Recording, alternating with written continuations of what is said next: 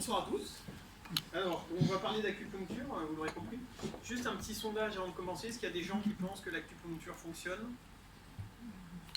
Quelques mains. Est-ce qu'il y a des gens qui pensent que l'acupuncture ne fonctionne pas? Bon, lever la main deux fois. Bon, il y a beaucoup de gens qui n'ont pas levé la main. Oui, sur le doute. Dans le doute, pourquoi? Ceux qui ont levé la main deux fois. Lever la main deux fois. Ceux qui ont levé la main deux fois, je pense que c'est peut-être les plus malins. Je pense qu'ils ont compris le piège. Le doute, oui. Il y en a qui n'ont pas levé la main parce qu'ils ne savent pas.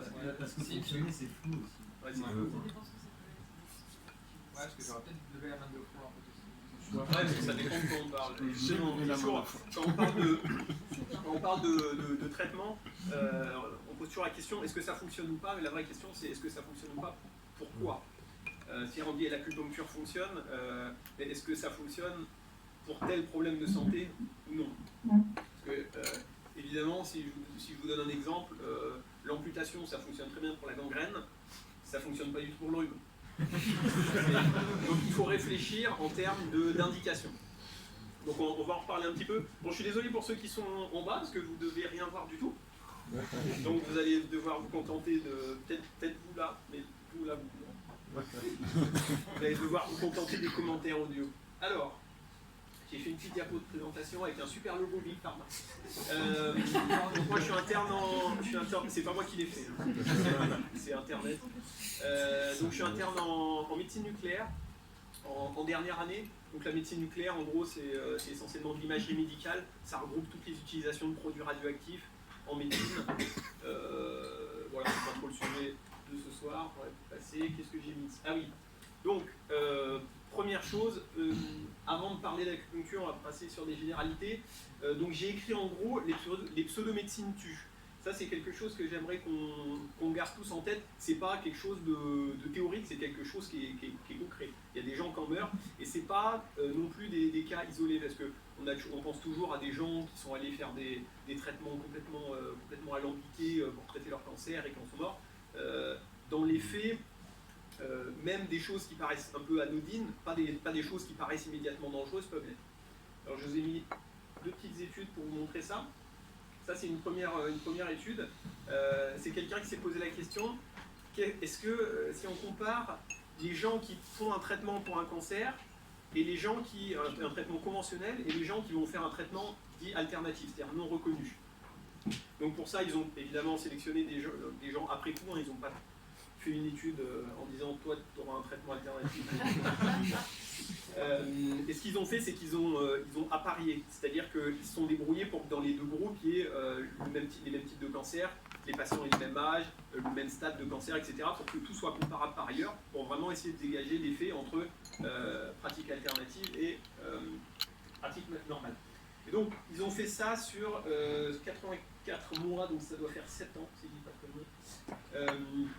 Et donc ce qu'on voyait, c'est que les gens qui suivaient un traitement conventionnel, 7 ans après le début de leur diagnostic, il y en avait 25% qui étaient décédés. Parmi les gens qui avaient utilisé uniquement des traitements alternatifs, la moitié était décédée.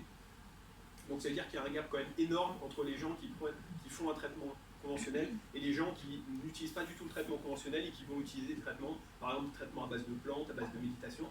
Et ça, c'est des choses qu'on voit en pratique. Moi, j'ai déjà eu des patients qui sont venus en cancérologie après avoir tenté pendant des mois de combattre leur cancer avec des pensées positives ou avec des régimes particuliers. Donc, c'est des gens qui, clairement, vont avoir une perte de chance. Alors, les mêmes auteurs ont essayé de se poser la question aussi des médecines complémentaires. Parce qu'on parle souvent de médecine complémentaire, c'est-à-dire de choses qui vont venir en plus et non pas à la place. Et ça, c'est extrêmement important. Et donc ils se demandaient est-ce que le fait d'utiliser des thérapies dites complémentaires, ça avait un impact sur la survie des cancers. Donc ils ont fait à peu près la même étude et ils ont trouvé cette différence. Donc la différence est beaucoup moins faible, beaucoup plus faible, mais on voit que parmi les gens qui utilisent des traitements complémentaires en plus du traitement conventionnel, il y a quand même une mortalité qui est un petit peu plus importante. Alors c'est dû à quoi? C'est pas dû à la dangerosité même des traitements, parce que les traitements alternatifs dangereux en eux-mêmes, ça existe, mais c'est quand même relativement rare. Mais souvent, en fait, c'est que c'est un profil de patient assez particulier. Les gens qui utilisent des thérapies complémentaires sont aussi plus à même de retarder leur prise en charge conventionnelle et éventuellement de refuser une partie du traitement. Donc classiquement, ça va être par exemple une patiente qui a un cancer du sein qui va dire « je veux bien qu'on m'opère, mais je veux pas la chimio ». Et donc, cet effet, c'est voilà, le fait de prendre des traitements complémentaires, ça a un impact indirect. Donc ensuite, cela étant dit, donc, on essaye de garder en tête qu'il y a quand même un danger derrière la pseudomédecine.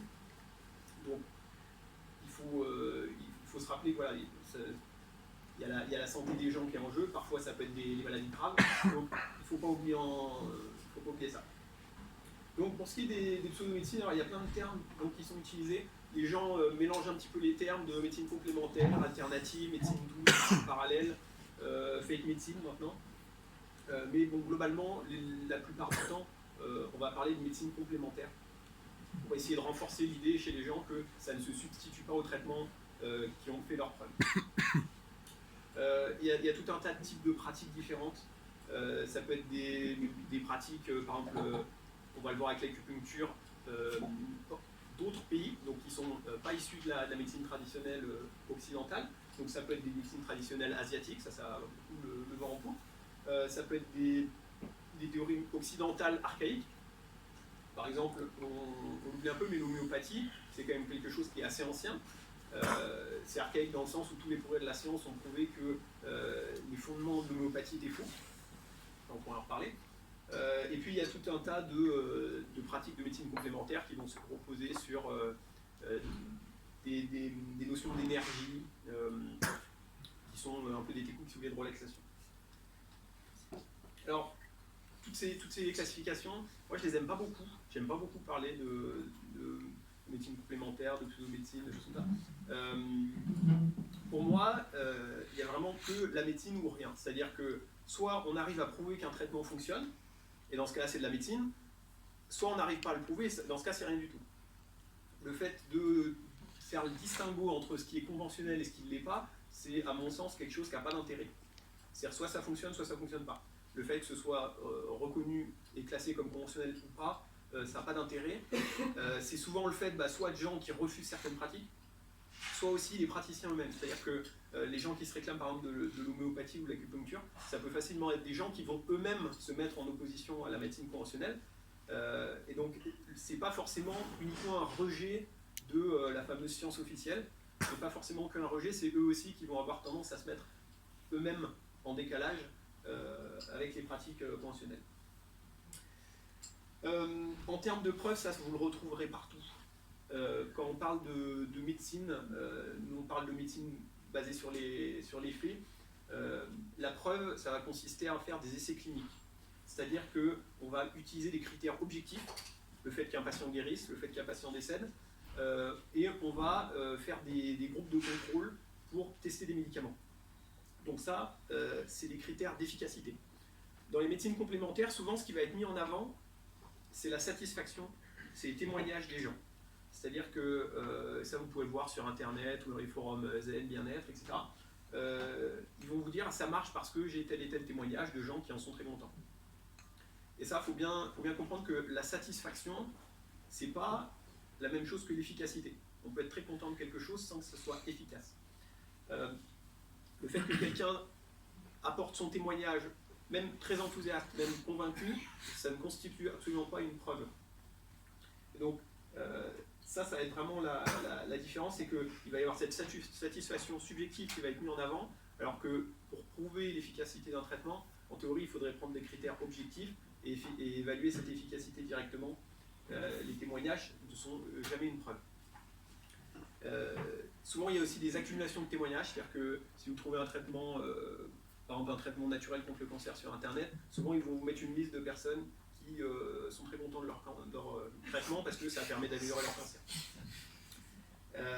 Même s'il y a plein de témoignages, ça ne constitue pas une preuve. Pourquoi ? Parce que le témoignage, par essence, ça cache l'absence de témoignage. C'est-à-dire que on ne sait pas si, déjà on connaît mal la fiabilité de chaque témoignage, mais pour 100 personnes qui témoignent de l'efficacité d'un traitement, on ne sait pas combien il y en a qui pourraient témoigner de l'inefficacité. Et ça, le fait que les témoignages mis en avant soient toujours les bons témoignages, ça masque peut-être quelque chose, C'est-à-dire que même s'ils mettent en avant 10 témoignages de personnes qui ont réussi à guérir leur diabète avec de la sophrologie, par exemple, on ne sait pas, peut-être que derrière, il y a 200 personnes pour qui ça a échoué. Et ça, on ne le sait pas. Donc, le témoignage, ça censure une partie des données, et donc ça empêche de réfléchir vraiment. Une petite diapo. Les gens qui ont recours aux médecines alternatives, sociologiquement parlant, ça a été étudié. C'est plus souvent des femmes que des hommes. C'est souvent des catégories socio-éducatives supérieures, qui ont des revenus assez importants. Et selon les pratiques, ce ne sont pas les mêmes catégories de personnes qui vont utiliser. C'est-à-dire que, je crois que j'ai mis un tableau, non, ça c'est le tableau pour le... non, je vais pas beaucoup. En fonction du type de pratique, ce ne sera pas les mêmes populations. C'est-à-dire que ce pas les mêmes gens qui vont avoir recours à l'homéopathie, les gens qui vont avoir recours à l'acupuncture, les gens qui vont avoir recours au Reiki. Ça, je vais passer. De la même manière, évidemment, en fonction du problème, les gens ne vont pas forcément faire appel aux mêmes choses. C'est-à-dire que les gens qui ont des douleurs vont beaucoup faire appel à l'acupuncture ou aux techniques manuelles et énergétiques. Et donc, en fait, en fonction de la maladie, les thérapies complémentaires vont être évidemment différentes. Ça, je vais peut-être en parler. Alors, pourquoi est-ce que les gens font appel à des traitements complémentaires? Alors, souvent, il y a deux aspects.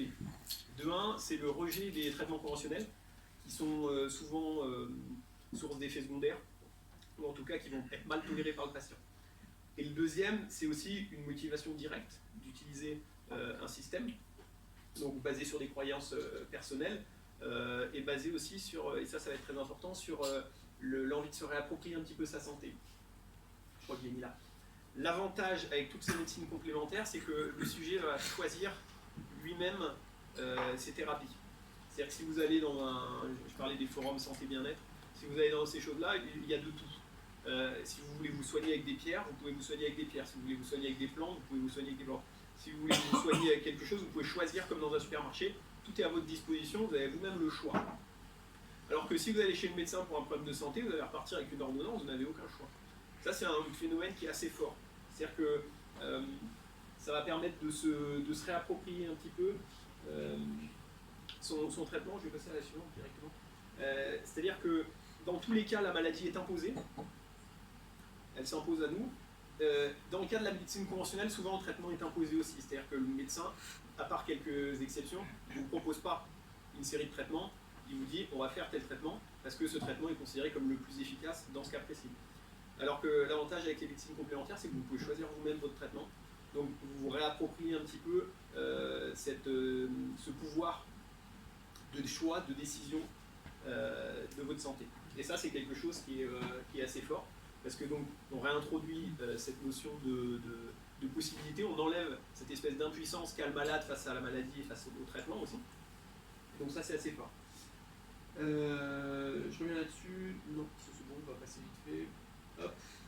Donc ça c'est ce que je disais. Donc la maladie dans tous les cas est subie.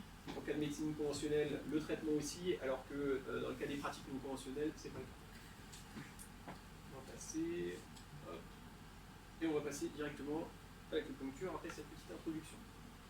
Donc je vais faire deux parties, une partie sur la théorie, sur la médecine traditionnelle chinoise et plus particulièrement sur l'acupuncture. Il n'y a pas que l'acupuncture dans la médecine traditionnelle chinoise, je ne sais pas si vous connaissez, mais en gros les deux principaux piliers de la médecine traditionnelle chinoise, ça va être l'acupuncture et ça va être les préparations à base de plantes.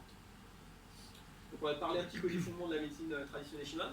Les sources que j'ai utilisées, elles apparaîtront normalement au bas. Je les ai mises, j'ai utilisé des... Je ne vais pas aller me servir sur internet ou prendre n'importe quoi, j'ai utilisé des vrais livres écrits par des acupuncteurs, par des médecins chinois.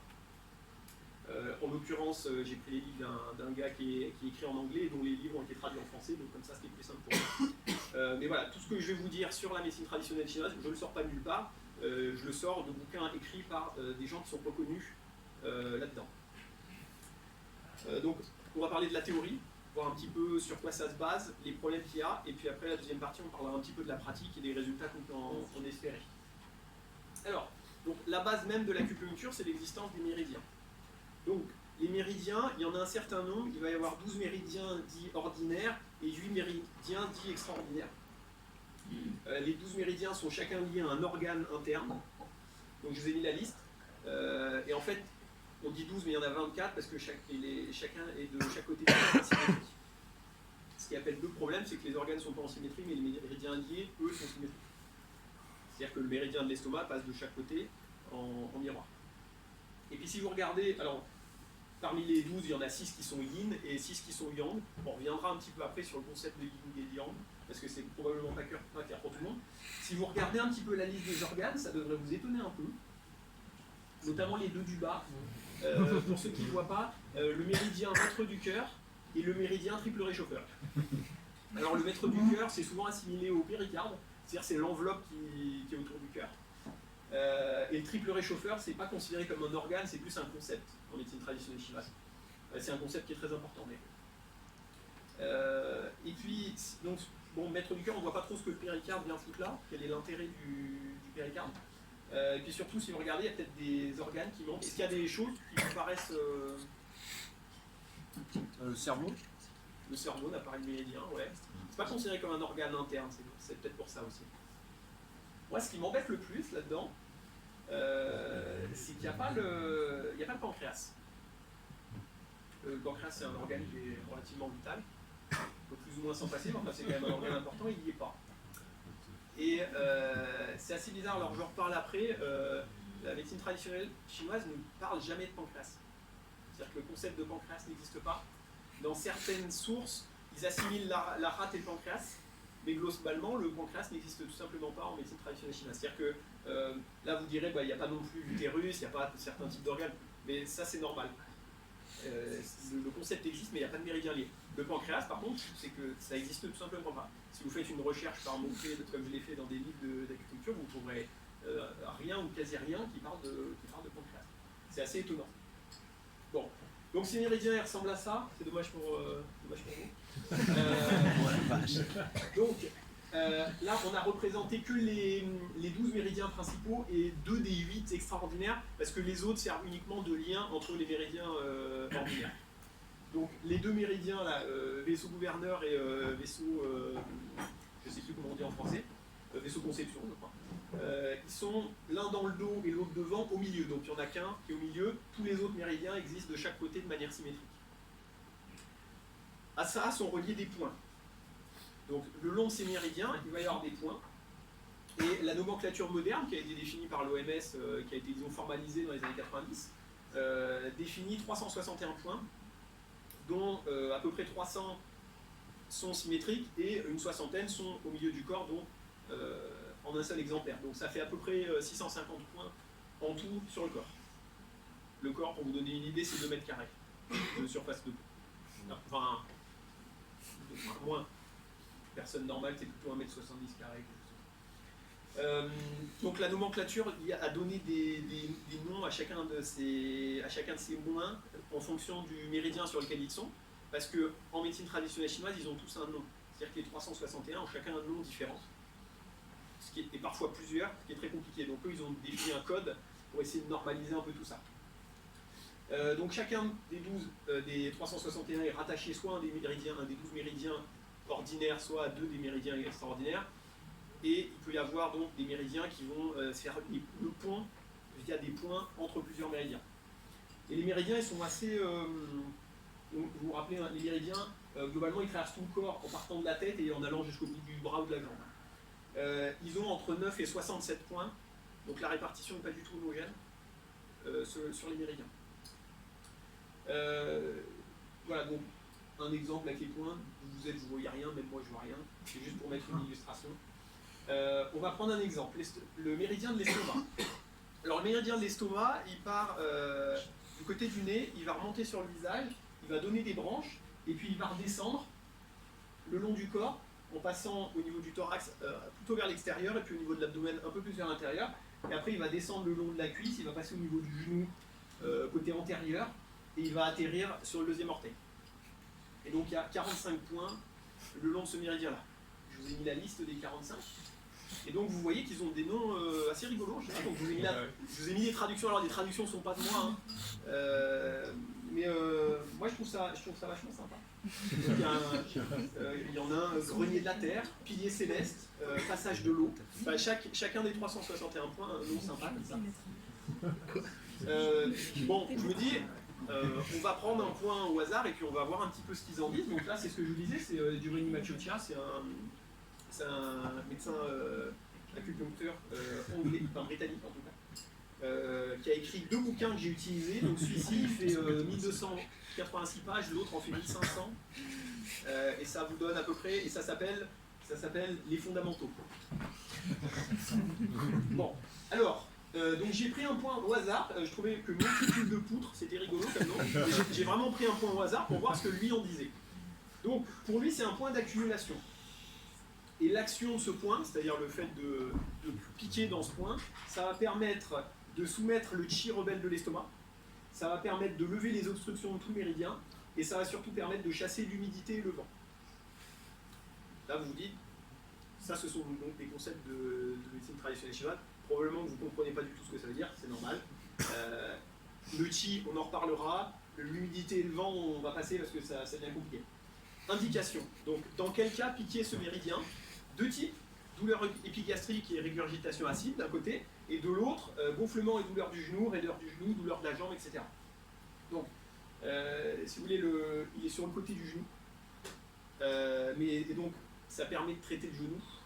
Et comme il est le long du méridien de l'estomac, ça permet de traiter l'estomac. La logique est un petit peu là. D'ailleurs, une question, j'ai pas la réponse, hein, c'est une vraie question. Chez les gens amputés, je ne sais pas comment ça se passe. J'aimerais bien savoir. Bon. Donc je me dis, on va prendre le problème à l'envers. Donc j'ai sorti l'autre bouquin qui prend le problème à l'envers. Je me suis dit, bon, douleur épigastrique, régurgitation acide. Moi en médecine, je trouve que ça ressemble vachement à ce que moi j'appelle un reflux gastro-œsophagien. Donc je vais chercher reflux gastro-œsophagien en médecine traditionnelle chinoise. Et le bouquin donne cet arbre. Donc d'un côté, on a mauvaises habitudes alimentaires, tension émotionnelle et surmenage qui vont aboutir au reflux via des mécanismes comme la stagnation du chi et des glaires dans le diaphragme, la stase de sang dans le diaphragme, une déficience des liquides, de la chaleur et surtout un vide de chi et de yang. Donc là je me dis qu'est-ce qu'un vide de chi et de yang? Donc on va continuer là-dessus justement. Et puis les glaires aussi, qu'est-ce que c'est? Et pourquoi il y a des majuscules à tous les mots? C'est pas anodin. Non, c'est pas anodin. Parce que quand ils écrivent sang en majuscule, ils ne parlent pas du sang tel que nous on l'imagine. C'est-à-dire que ce n'est pas le liquide biologique qui va couler quand vous avez les veines. C'est un concept énergétique en médecine chinoise. Donc, lui, il considère qu'il y a l'auteur qui a 6 causes au reflux gastro-œsophagien. Donc moi, je me suis dit, je vais m'intéresser au vide de yang, au vide de yin de l'estomac avec chaleur vide. Pour voir un petit peu à quoi ça correspond que ça. Donc, le vide de yin de l'estomac avec chaleur vide, donc chaleur vide c'est un concept entier, va provoquer des manifestations cliniques, régurgitation acide, difficulté à déglutir même les liquides, corps main, sécheresse de la bouche, etc. Donc on a les manifestations de ce vide de yin. Puis il signale 2 choses, que la langue est rouge sans enduit avec des fissures de type estomac. Et deuxièmement, que le pouls est flottant et vide ou fin et rapide. Et ça va être extrêmement important parce que la langue et le pouls, c'est comme ça qu'on fait les diagnostics en médecine traditionnelle chinoise. Donc ça peut étonner quand on voit le texte, mais je vous en reparle juste après. Et donc, principe du traitement, comment on va traiter le reflux gastro-œsophagien, qui est donc la résultante de ce vide de yin de l'estomac. Simplement, on va nourrir le yin de l'estomac, éliminer la chaleur vide, restaurer la descente du chi de l'estomac. Donc, 2 techniques, l'acupuncture, donc il liste une série de points d'acupuncture, en disant comment il faut les utiliser, c'est-à-dire soit les piquer en harmonisation, soit en tonification, avec l'explication du pourquoi et du comment. Par exemple, le point numéro 44 du méridien de l'estomac, si on le pique en harmonisation, on va permettre d'éliminer la chaleur de l'estomac. Associé à ça, donc je vous disais, 2 piliers, l'acupuncture et les plantes. Donc on va faire un traitement par les plantes. Je vous ai mis les noms en chinois. Le premier, ça veut dire décoction aux 5 jus qui calme le sang. Et le deuxième, c'est une décoction de glénia et d'ophiopogon. Donc à chaque fois, il donne les recettes, je les étalise, mais il donne les recettes, quelles plantes utiliser, dans quelle quantité, pour faire ces décoctions. Donc par exemple, la deuxième décoction, nourrit le yin de l'estomac. Et on disait il y a un vide de yin, donc il faut nourrir le yin. Donc je vous parle de tous ces trucs de chi, de sang, de glaire. Je vais essayer d'expliquer un petit peu ce que ça veut dire. Et surtout le vide et le plein.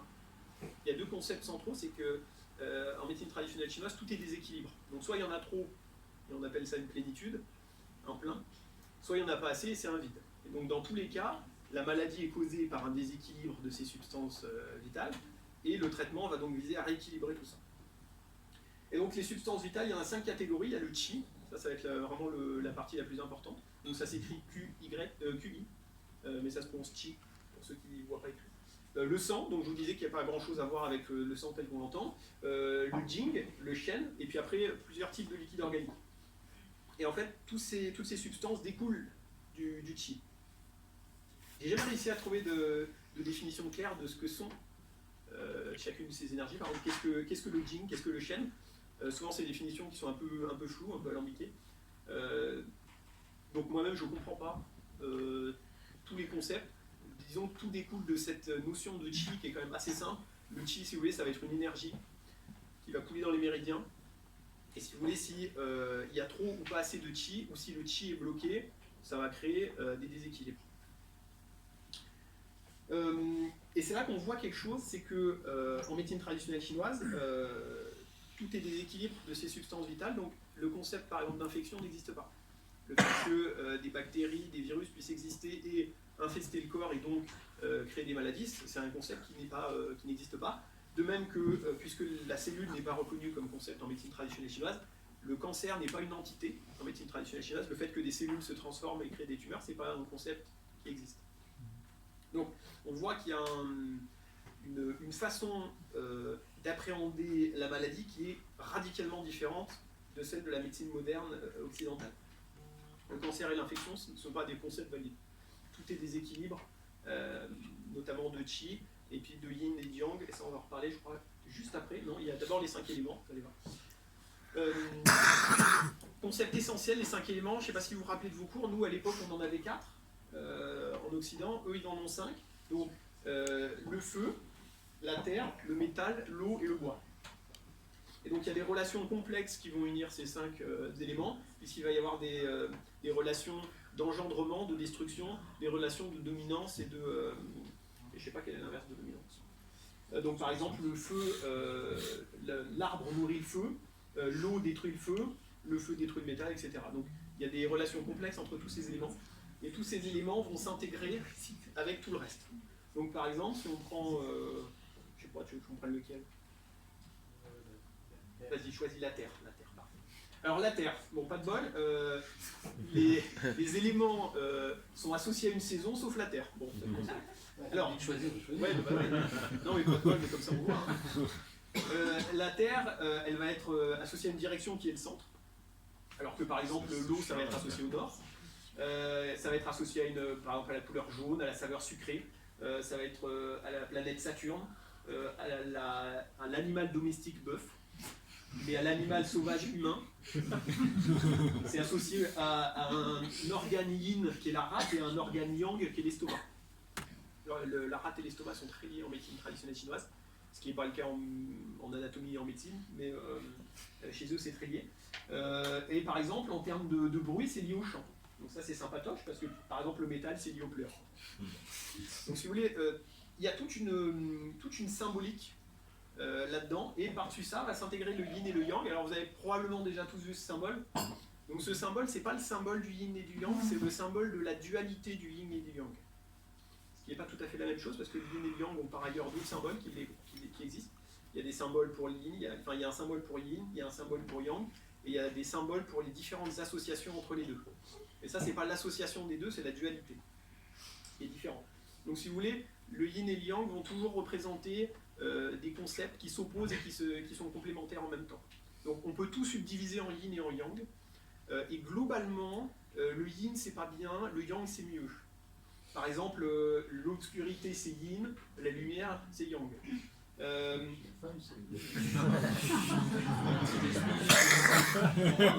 vrai. C'est-à-dire que la misère c'est yin, la richesse c'est yang. Jeune c'est yin, vieux c'est yang. Et effectivement, donc tu as bien vu, femme c'est yin et homme c'est yang. De la même manière, à la femme est associée l'obscurité, la faiblesse, la misère, alors qu'à l'homme est associée la lumière, la puissance, la richesse. Bon.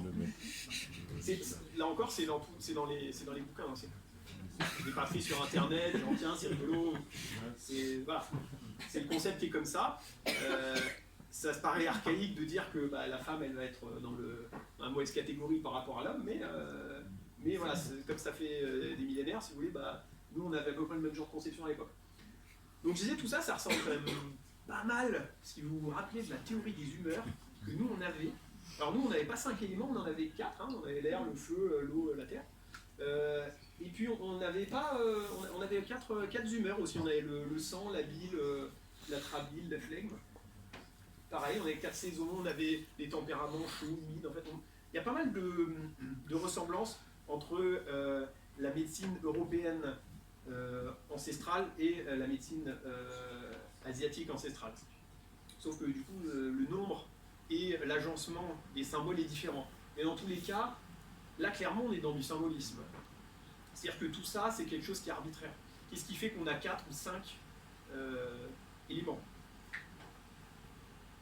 Pas grand-chose de concret, c'est juste une décision symbolique. Et en fait, la médecine traditionnelle chinoise s'est beaucoup basée sur le symbolisme, et donc du coup sur ces concepts de yin et de yang, sur ces concepts d'éléments, etc.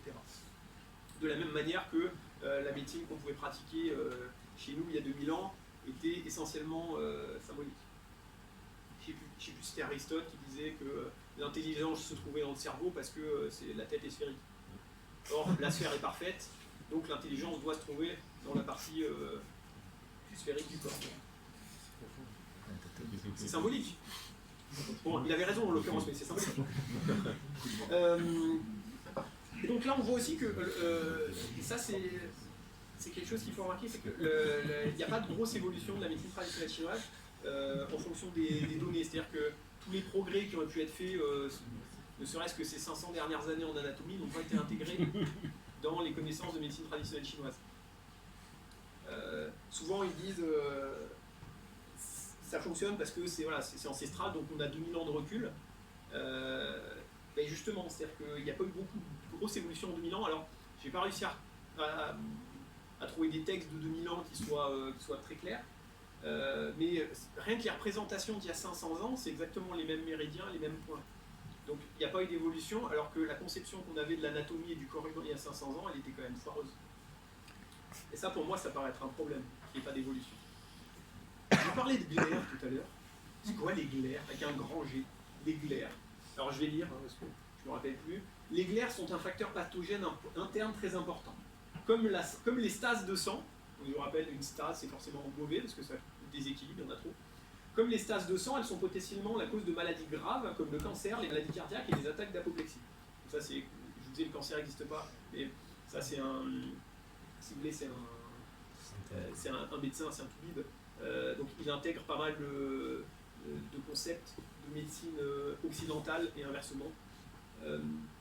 Les glaires sont à la fois un état pathologique et un facteur étiologique. Donc, c'est à la fois la maladie et la cause de la maladie en même temps. C'est une espèce de cercle vicieux. Donc, des glaires installées depuis un certain temps peuvent elles-mêmes devenir cause de maladie. Donc, c'est à la fois une maladie et puis une cause de maladie. La principale cause de formation des glaires est le vide de la rate. Voilà, c'est là que je trouve que ça devient intéressant. Je ne vous ai pas mis cet extrait sur 1500 pages par hasard. Si la rate n'arrive plus à transformer les liquides organiques, ces derniers s'accumulent et se transforment en glaire. Et ça avait peut-être du sens il y a 500 ans, mais aujourd'hui, on sait très bien qu'on peut enlever la rate de quelqu'un. Donc si on enlève la rate de quelqu'un, en théorie, elle n'est plus capable de transformer, de transporter les liquides. Donc la question c'est, qu'est-ce qui se passe si on enlève la rate de quelqu'un chirurgicalement, ce qui n'était évidemment pas faisable à l'époque où ça a été formalisé. Ce qui se passe, c'est que c'est quand même un organe qui n'est pas vital, qui est un peu important, donc ça expose à certains types d'infections, à ce qu'on appelle des bactéries encapsulées. Donc les gens qui n'ont pas de rate, on les fait se vacciner contre le pneumocoque par exemple. Mais globalement, il n'y a pas de cancer, de maladie cardiaque ou d'attaque d'apoplexie qui surviennent chez les gens qui n'ont plus de rate. soit qu'on les ait enlevées, soit qu'elles fonctionnent plus. Donc là, je me dis déjà, il y a des moments, en fait, on ne sait pas trop comment on pourrait prouver ou pas tout ça. C'est-à-dire, il nous affirme que donc, le travail de la rate est essentiel, sinon il se passe ça, mais en fait, si les gens n'ont pas de rate, bah, il ne se passe pas ça. Ça, c'était un exemple. Il y en a d'autres. Je vous parlais du diagnostic tout à l'heure, j'ai parlé de pouls et de langue. Donc, c'est vraiment les deux bases. C'est-à-dire que si vous voulez faire un diagnostic, la première chose, vous prenez le pouls et vous regardez la langue. Le reste, c'est accessoire. Donc le pouls se prend uniquement au niveau de l'artère radiale, c'est-à-dire qu'on ne le prend pas ailleurs dans le corps. Il se prend à 3 endroits différents et à 3 profondeurs différentes. On va revoir ça. Et puis pour la langue, ben, on regarde la couleur, l'enduit, etc. Donc la prise du pouls. Donc vous disiez, il y a 3 points différents. Le pouce, barrière et le troisième, je ne sais plus comment il s'appelle en français. Et 3 profondeurs, superficielle, moyenne, profonde. Donc c'est quelque chose, il y a des livres entiers sur la façon de prendre un pouls en médecine traditionnelle chinoise. Je dois vous avouer que c'est très compliqué. Il y a 29 types de pouls différents décrits en médecine traditionnelle chinoise. Alors, là, il y en a 29, je ne vais pas tous vous les faire, mais il y en a que je trouvais des noms rigolos. Le pouls en peau de tambour et le pouls en corde. Donc je vous en montre 2 pour... ils sont là.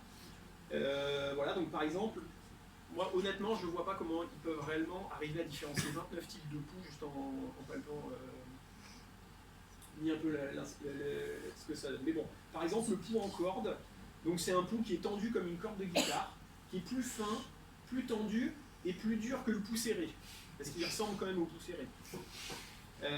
Bon, et qu'est-ce que ça veut dire? Le pouls en corde, ça veut dire qu'il y a un déséquilibre du foie, une douleur ou une accumulation de glaire. Et donc en fait, le pouls va renseigner sur l'état des organes internes et va renseigner sur les déséquilibres potentiels du corps en yin, en yang, en glaire, en substance vitale, etc. De la même manière que celui en peau de tambour, il va indiquer un vide important. Et donc en fonction de l'endroit où vous avez palpé le vide, ça va refléter un organe, etc. La langue, alors le livre que j'ai utilisé, je crois qu'il y a 41 photos de langue, avec une description de la maladie que présentait la personne et une description de la langue. Par exemple, il me semble que ça c'est une fissure estomac, je dis pas de conneries, ouais c'est ça, une fissure de type estomac, là au milieu. Parce que il y a 2 types de fissures qui peuvent se combiner, la fissure cœur et la fissure estomac, donc qui est plus courte et plus large. Donc il y a plusieurs types de couleurs, plusieurs types d'enduits sur la langue, et tout ça, ça va renseigner encore sur l'état de fonctionnement des organes internes et sur les éventuels déséquilibres. Ça permet notamment de savoir s'il y a un déséquilibre en sang et un déséquilibre en chi. Et puis en fonction de la zone de la langue, ça va renseigner sur différents organes. Par exemple, l'estomac et la rate, ça va être sur les côtés plats, le foie sur les côtés plus fins, etc. Je vous ai pas mis toutes les... Donc voilà, là encore une fois, en médecine européenne, la langue, on ne la regarde pas trop. Éventuellement, il peut y avoir des mycoses ou des choses comme ça, mais on ne considère pas qu'il y ait un ensemble d'informations très pertinentes pour les maladies, même s'il y en a, dans certains cas. Donc, nous aussi, on regarde la langue des gens. Mais on va beaucoup moins loin que la description des fissures et de toutes sortes de choses. Donc une fois que vous avez pris le pouls et regardé la langue, vous avez votre diagnostic et l'interrogatoire du patient. Et donc on va utiliser les points. Alors traditionnellement les points, soit on plante des aiguilles dedans, soit on utilise de la buxibustion, c'est-à-dire qu'on va les brûler. Pas les brûler, les chauffer, pardon. Mais il y a plein de pratiques qui ont été faites aussi à base de pression, c'est-à-dire qu'on va juste appuyer dessus, ou en chauffant des aiguilles, enfin, il y a plein de choses qui existent. Par exemple le shiatsu, l'idée c'est de faire circuler le chi en massant les points d'acupuncture sans aiguille. Donc il y a plein de choses qui existent aussi comme ça. Il n'y a pas forcément besoin d'aiguille, mais voilà. Pour ce qui est des méridiens, dont je vous en ai beaucoup parlé là, actuellement on n'a pas de preuve que ça existe. C'est-à-dire que surtout depuis 200 ans, il y a quand même eu un gros progrès en anatomie et en physiologie. Il y a plein de découvertes qui ont été faites, c'est-à-dire qu'on a découvert un système lymphatique que personne ne soupçonnait. On a découvert les capillaires sanguins, c'est-à-dire qu'on ne savait pas, mais les artères et les veines sont liées par des capillaires sanguins qu'on ne peut pas voir à l'œil nu, donc en fait les deux sont liés, ce qui n'était pas compris avant.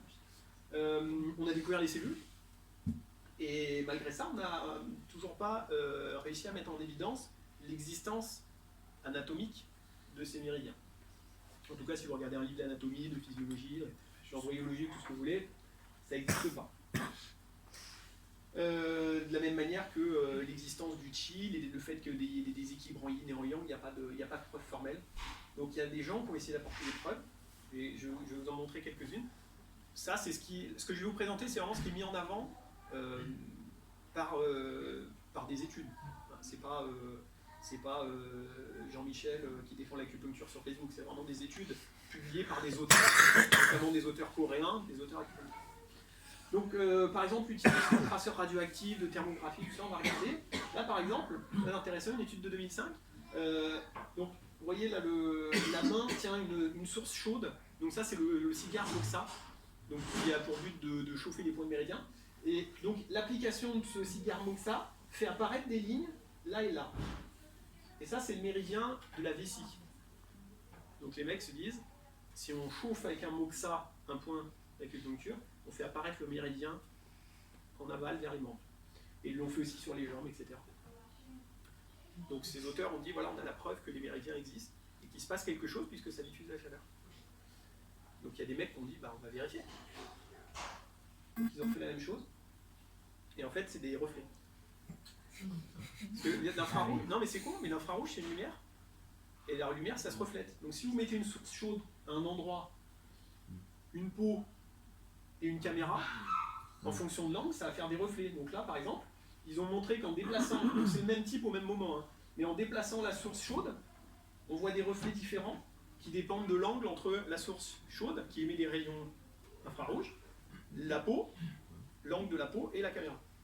De la même manière que si je prends une lampe torche et que je la mets sur votre corps, bah, notamment les zones un peu humides, ça va réfléchir et on va le voir. Donc en fait, les mecs, ils ont juste vu le reflet. Bon alors, évidemment à cette étude, il y en a qui ont dit, bon, votre truc c'est bien sympa, mais c'est des conneries. C'est sûr, c'est les méridiens. Donc les mecs, ils ont dit, on va refaire la même étude avec des cadavres. Parce que ça, c'est quelqu'un de vivant. Bah, avec les cadavres, ça marche aussi. Donc là, ils ont pris une dame de 84 ans qui est morte depuis plus de 12 heures. Et pareil, ils ont mis une source chaude. Et là, vous voyez, le long de la jambe, on voit des reflets. Et vous voyez là, le gros tache, là, bah, c'est le reflet de la table en métal du légiste. Parce que le métal, ça réfléchit bien la lumière, et ça réfléchit bien les infrarouges aussi. Donc en fait, tout ça, c'est des histoires de reflets. C'est con à dire, mais il y a eu plein d'études là-dessus. Il y a des mecs aussi, alors ça c'était des Français en 85. Les mecs ont dit, on injecte un produit radioactif sur un point de méridien, il se diffuse dans le méridien. Si on l'injecte à côté, il ne bouge pas. Donc on a prouvé l'existence des méridiens, ça a été publié, je crois, dans la revue de l'Académie de médecine, enfin, dans le bulletin de l'Académie nationale de médecine. Les mecs ont vendu des bouquins et tout, extraordinaire. Et donc, ça en 85, en 88, oui c'est ça, en 88, il y a des mecs qui ont dit, bah, on va faire la même chose. Et ce qu'ils ont montré, bah, c'est rien. C'est-à-dire qu'en fait, eux, ils ont fait la même chose, mais quel que soit l'endroit où ils piquent, ce qu'ils voyaient, en fait, c'était des trajets veineux et lymphatiques. Et par exemple, ils l'ont montré, c'est-à-dire qu'ils disaient, si on bloque les veines, on fait un garrot, le produit passe pas. Si on enlève le garrot, on voit le fameux méridien d'acupuncture, qui est en fait une veine, ou un drainage lymphatique. Et aujourd'hui, alors ça c'est plus récent que les années 80, mais aujourd'hui, très régulièrement, pour certains types de maladies, pour repérer les trajets veineux, ben, on va injecter des produits radioactifs dans la peau, n'importe où dans le corps, et on va faire apparaître, le but c'est pas pour voir les trajets lymphatiques, mais pour trouver des ganglions. Mais voilà, si vous piquez n'importe quoi, n'importe où, vous pouvez le faire avec des produits radioactifs ou avec des colorants, bah, ça va monter dans les vaisseaux lymphatiques. Donc ce qu'ils ont montré, c'était pas des méridiens, c'était des vaisseaux lymphatiques. Alors, beaucoup plus loin, les conduits de Bongan. Alors c'est un chercheur nord-coréen dans les années 60 qui a publié 5 articles avant de disparaître complètement de la surface du globe en 65. Donc c'est absolument pas ce qu'il est devenu, un truc assez rocambolesque. Il a décrit des vaisseaux et des corpuscules qui ont été, ça a été repris dans les années 2000 comme une preuve possible de l'existence des méridiens.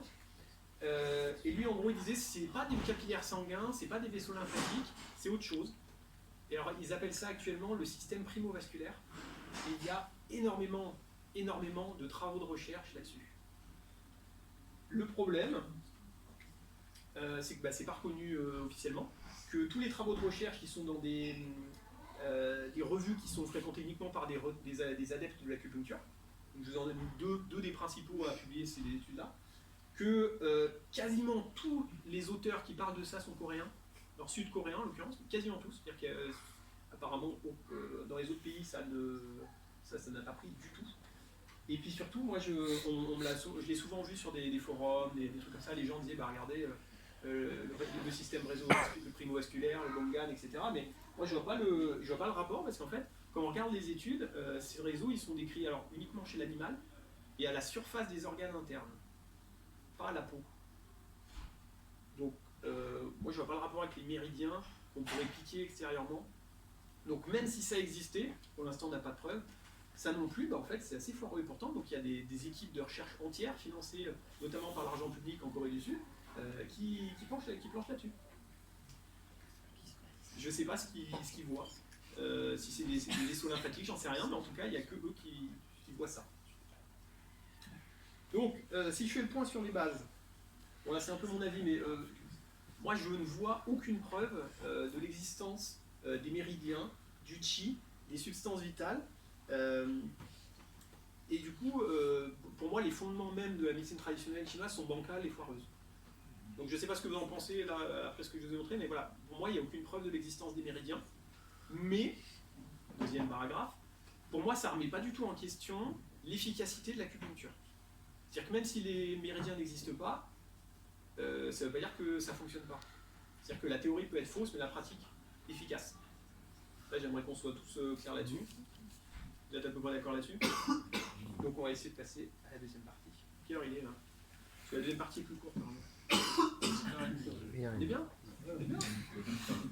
Alors, la pratique. Alors là, je vais parler de la pratique de l'acupuncture en Occident. Pas comme c'est fait en Chine, mais comme c'est fait chez nous essentiellement. Parce que déjà, les ressources sont plus faciles à trouver en anglais, en français. Et parce que l'usage est assez différent. Alors, déjà, moi, le truc qui m'a le plus frappé, c'est qu'on a affaire à un système de santé, enfin un système complet, avec des déséquilibres, etc., qui donc prétend pouvoir soigner, voire guérir n'importe quelle maladie. Et en fait, actuellement en France, les seuls cas où on va utiliser l'acupuncture, c'est pas pour des maladies, c'est pour des symptômes, ce qui est très différent. Et puis souvent, c'est j'en reparle après, des symptômes subjectifs, et notamment des symptômes qui vont avoir un lien avec le psychisme, notamment la douleur, l'anxiété, les nausées, c'est-à-dire tous ces symptômes qui vont être entretenus et qui vont eux-mêmes entretenir un état psychologique. Donc, je trouve qu'il y a un déséquilibre entre ce qui est fait, enfin, ce qui est prétendu et ce qui est fait dans la pratique. C'est-à-dire qu'aucun acupuncteur en Europe, en Amérique, ne prétend guérir de maladies. Eux, ils soulagent des symptômes. Alors, c'est là qu'on va faire la partie rigolote. Comment on teste un traitement? Comment on sait si un traitement il est efficace ou pas? Parce que je vous ai dit, moi, un témoignage, ça me va pas se faire que le mec qui sort chez l'acupuncteur en disant j'ai moins mal. Pour moi, c'est pas une preuve. C'est-à-dire qu'à la limite, moi, ça m'est arrivé d'avoir mal au dos, de rien faire, et puis ça passe. Donc, comment je sais si c'est efficace ou pas l'acupuncture? Par exemple, pas pour une douleur de dos. Comment je fais? Non, mais imaginons, je suis chercheur, je me dis, je vais essayer de trouver, mettons. Sur un groupe de personnes? Ouais. Mais comment on fait? Parce que, mettons, je prends un groupe de personnes, je prends 30 personnes qui ont mal au dos, je leur fais de l'acupuncture. À la sortie, c'est garanti, il y en a, mettons, 15 ou 20 qui vont avoir moins mal. Est-ce que ça prouve que l'acupuncture est efficace sur les douleurs de dos? Parce que, hein? Il y en a un, on les met sur les méridiens, et l'autre, on les met à côté. On peut tester des méridiens. Ouais, deux groupes. Donc on fait deux groupes. Ouais. Deux groupes de comparaison, ouais. Ouais. Mais du coup, voilà, effectivement, le but ça va être de comparer. Donc, on ferait un groupe où on fait de l'acupuncture et un groupe où on fait autre chose. Ouais, du coup, pour le mal de dos, ce qu'on pourrait faire, c'est on dit qu'on fait rien. Ouais. Un groupe où on laisse les gens se remettre. Ouais. On pourrait. Et On fait un double aveugle en plantant les aiguilles Voilà. dans les yeux directement.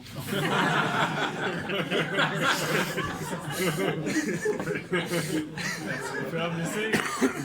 c'est clair après. On donne déjà un double aveugle.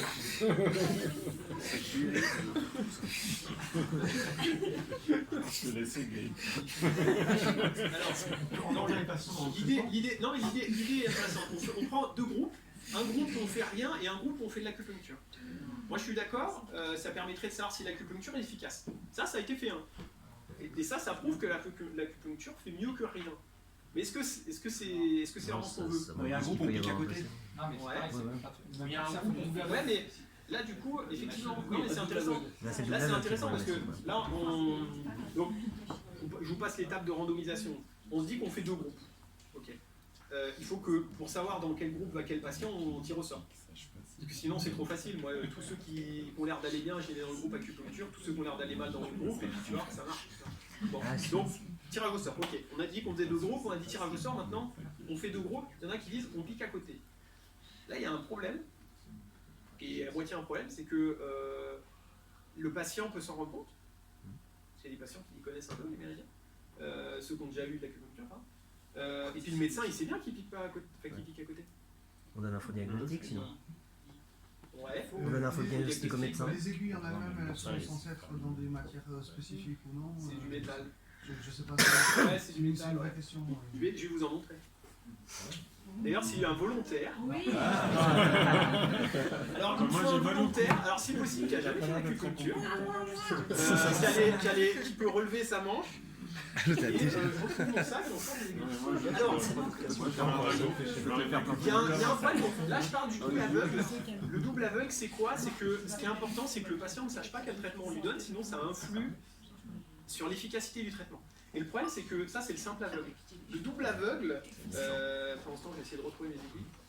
Le double aveugle, c'est qu'il faut que le médecin non plus ne sache pas qui reçoit quel traitement, parce que ça aussi, c'est un impact qui est assez fort. Je suis tombé sur une étude qui montrait qu'il y avait une différence qui pouvait aller jusqu'à 25 à 30% de différence entre les deux groupes si le médecin savait. Oui.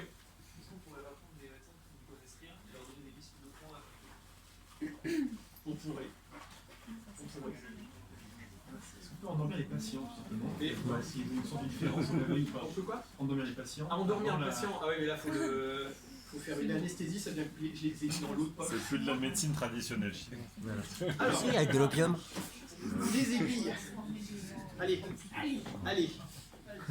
Donc, eh ben bien.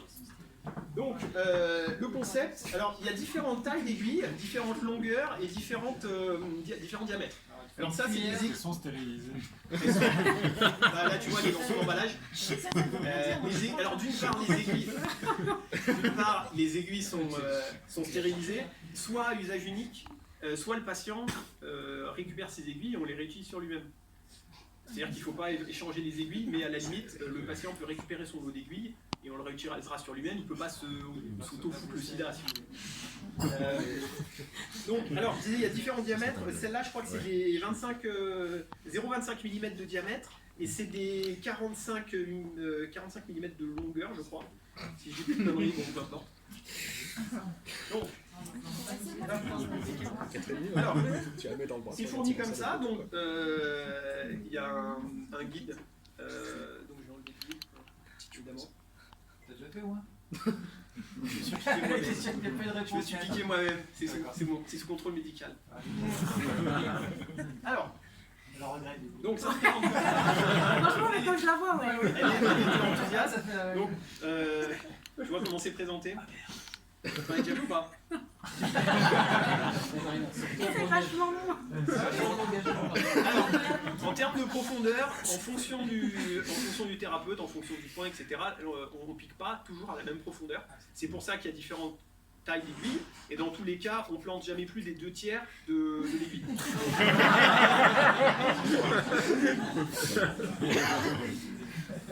Alors, ça va? C'est un professionnel. Non, mais on s'est investi, vous êtes. Bon, donc, l'idée c'est de piquer sur des points, je sais absolument pas où sont placés les points. C'est une démonstration. T'as mal au bras, oui. Donc, alors, normalement, le patient est allongé, machin, il est nu. Donc, tu vas te mettre nu sur cette table. Ah là, je Tu veux pas te vais mettre sortir nu. de l'escalade de Donc c'est pour l'engagement. ça, je vais prendre ton bras. Donc on va simplement utiliser Pas un le bras. Pas un nerf, il n'y a pas de nerf. Je vais planter dans le bras, regarde, je vais planter. Alors, là c'est le gras, là, c'est là qu'on fait les vaccins. On est dans le gras. Ça va comme ça? On est dans le gras, il n'y a aucun risque. Non mais ça c'est la médecine occidentale qui le dit. Qu'est-ce que t'en penses? Ah, t'as planté là? Ouais. Ok, ça va. Ouais. Je réessaye? T'as rien senti? Non, ça va. Ça va. C'est pas. Vous avez déjà fait les vaccins en ne sentant rien? Non. Non. Ils sont nuls, ils sont nuls. C'est le produit. Ça te fait rien.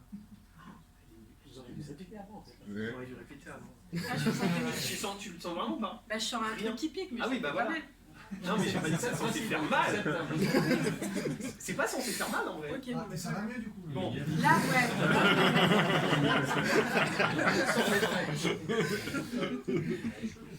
Ça te fait pas mal. Non mais c'est pas censé faire mal. Quelqu'un a déjà fait une séance d'acupuncture? Ça fait pas mal. Non. Ça pique mais ça fait pas mal. Bon. T'as pas l'air son équipe. Vas-y, t'inquiète pas. Alors du coup, l'histoire du double aveugle. Alors, comment on fait un double aveugle? On a dit, il faut pas. Bon là j'ai piqué n'importe où, c'est rien, j'y connais rien. Bon, mais on prend un acupuncteur qui s'y connaît. Donc c'est-à-dire qu'on va lui faire décider des points, et il faut que lui-même ne sache pas s'il plante les aiguilles ou s'il les plante pas. Bah, il suffit de lui donner des faux symptômes. Ouais. On lui dit soigne le dos alors qu'on cherche l'estomac. Et puis... Non mais imagine on veut tester le fait de piquer. Parce que c'est ça en fait le fondement. De piquer correctement. Ouais, de Non, mais correctement. Et dans- Mettons, on dit, voilà, on va choisir des points, là, le bras du bras, et puis soit je pique, soit je pique pas, mais il faut que ni le patient ni le praticien ne sache Des aiguilles s'il a été piqué. Une machine qui fait. Alors déjà, est-ce que l'acupuncteur peut dessiner les points, enfin les marquer, et c'est une autre personne qui s'occupe de piquer? Non, c'est pas du baba du coup. Bah c'est pas du Ah, tout ça, là, ça parce que la va, deuxième ouais, personne elle non, saurait en fait. Ouais. Ah, elle saurait pas Mais si non, c'est les c'est vrais les points, points ou pas. il faut- Parce qu'il faut un truc qui permette que le mec le pose sur la peau Ouais. et qu'il sache pas si ça pique ou pas après. Bah ouais, Une machine. Donc, il faut carrément le Anesthésiant local, quoi. Comment je fais ça? Parce que là l'aiguille, mettons, je pique, je la laisse en place. Si elle est dedans, elle tient, si elle est pas dedans, elle tient pas. D'autant que je suis censé pouvoir, là, je suis censé pouvoir l'enfoncer de je sais pas, mais mettons 1 centimètre, tu vois. C'est souple ou pas? C'est relativement souple, ouais. C'est relativement souple. Une sorte de guide alors? Une guide qui soit qui plie, soit qui. Ça existe. Ça existe. C'est-à-dire qu'il y a des mecs qui ont inventé un système où en fait, bah, t'as un socle, t'appuies l'aiguille, et bah, soit elle se plante, soit elle est déviée. Mais là, le patient, il s'en rend compte un peu quand même. Ça fait pas mal. Ah, ça touche même pas la peau. Bah, du coup, il faut mettre une sensation de piqûre quand même. Ouais. Tu la laisses, tu la remets. Stimuler. Ça existe aussi, stimuler. Alors, réponse. Merde. Ah, j'avais fait une diapo sur le.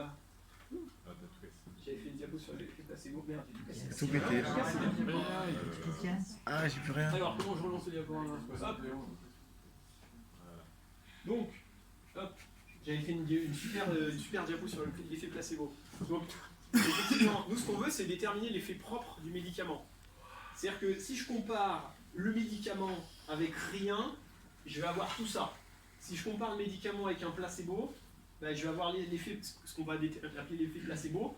Et donc, ce qui reste, c'est l'effet propre du médicament. Donc, je disais, il y a des systèmes qui existent. Tac. Donc, effectivement, si on prend un praticien en simple aveugle, il peut piquer à côté des points, volontairement, mais lui, il est au courant. Il se rend bien compte qu'il fait quelque chose qui est nul. Et donc ça influe. Et donc, on va faire de l'acupuncture simulée. Donc, avec des aiguilles rétractiles. Effectivement, c'était une bonne idée. Alors c'est ce qu'on va appeler le dispositif de parc. Alors il y en a d'autres qui existent, mais ça c'est le dispositif de parc. Donc on a deux types d'aiguilles, les vraies, donc qui sont pointues au bout, et qui sont pas rétractiles, et les fausses, qui piquent quand même, mais le bout il n'est pas aiguisé. Et elles sont télescopiques. Alors là vous allez me dire, bon, c'est fin, puisqu'on s'en fout que le bout il soit aiguisé ou pas. En fait ça joue. Ça joue vraiment. D'accord, ça suffit. Ça joue vraiment, avec ça je peux pas piquer.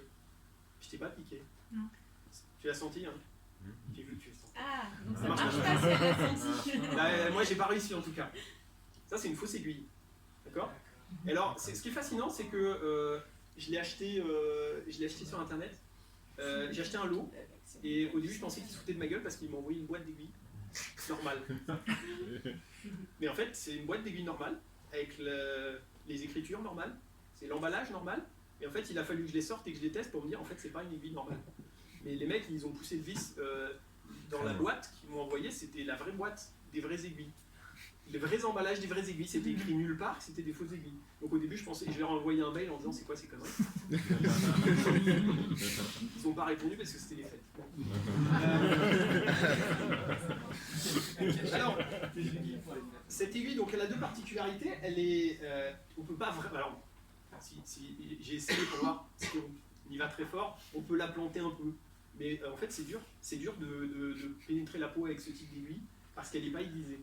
Ça paraît con pour un truc qui fait un quart de millimètre, hein, c'est vraiment jeu, mais en fait, c'est difficile de le planter dans la peau, ça. J'ai eu du mal à me piquer moi-même avec. J'ai quand même essayé, j'ai réussi, mais il faut y aller comme un bourrin. Et de toute façon, c'est pas possible parce qu'elle est télescopique. Donc pour me le planter moi-même, il a fallu que j'enlève l'embout. Mais donc en gros, l'embout il joue. Alors c'est tout petit, de loin, vous ne voyez pas si vous voyez la lumière. Vous voyez, on peut l'enlever hein, complètement. Maintenant, il faut que j'arrive à le remettre. Super. Je sais pas pourquoi j'ai fait ça. Je le teste. Je vais pas réussir la présentation s'arrête. Voilà. Donc, l'idée c'est que si j'appuie, elle est rétractile. Bon là je l'ai poussé jusqu'à ce que ça ressort de l'autre côté, mais vous voyez l'idée, on peut faire jouer sur 1 cm ou 2 cette aiguille. Et donc l'idée ça va être d'utiliser un dispositif. Il faut que je retrouve le dispositif. On est préparé. Et j'ai foutu ça à l'arrache dans mon sac. Hop.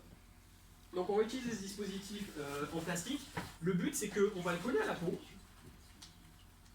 Et je vais vous montrer ça rapidement. On va le faire complètement. Hop. Donc on a un dispositif tout rond en plastique qu'on va coller sur la peau. On va mettre l'aiguille dedans.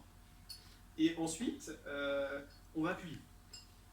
Et l'idée c'est que soit c'est une vraie aiguille et ça pique, soit c'est pas une vraie aiguille et ça va pas se planter. Mais dans tous les cas, le geste va faire vaguement illusion. Alors en fait, moi je le fais nul. C'est pour ça que je vais pas pousser plus loin la démonstration. Mais si vous voulez, les études montrent qu'effectivement, les gens, même des gens éventuellement habitués à l'acupuncture, ont du mal à faire la différence entre ça, entre le vrai et le faux. Et donc l'idée donc c'est que alors il y a besoin d'un autre tube guide et l'idée c'est que le praticien il va venir appuyer et donc soit par effet télescopique elle se rétracte, soit elle se plante.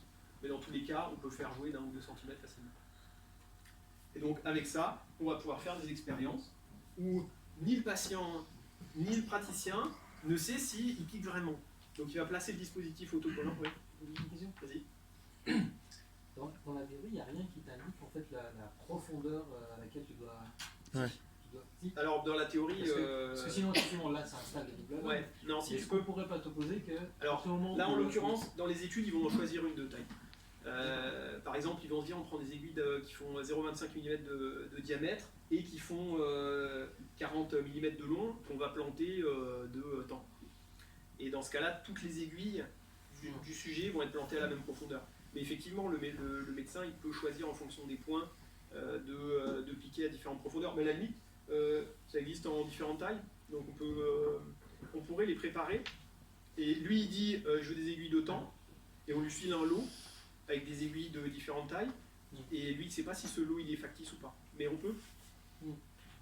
C'est juste sur le résultat, en fait, sur On peut le prendre en compte, ouais.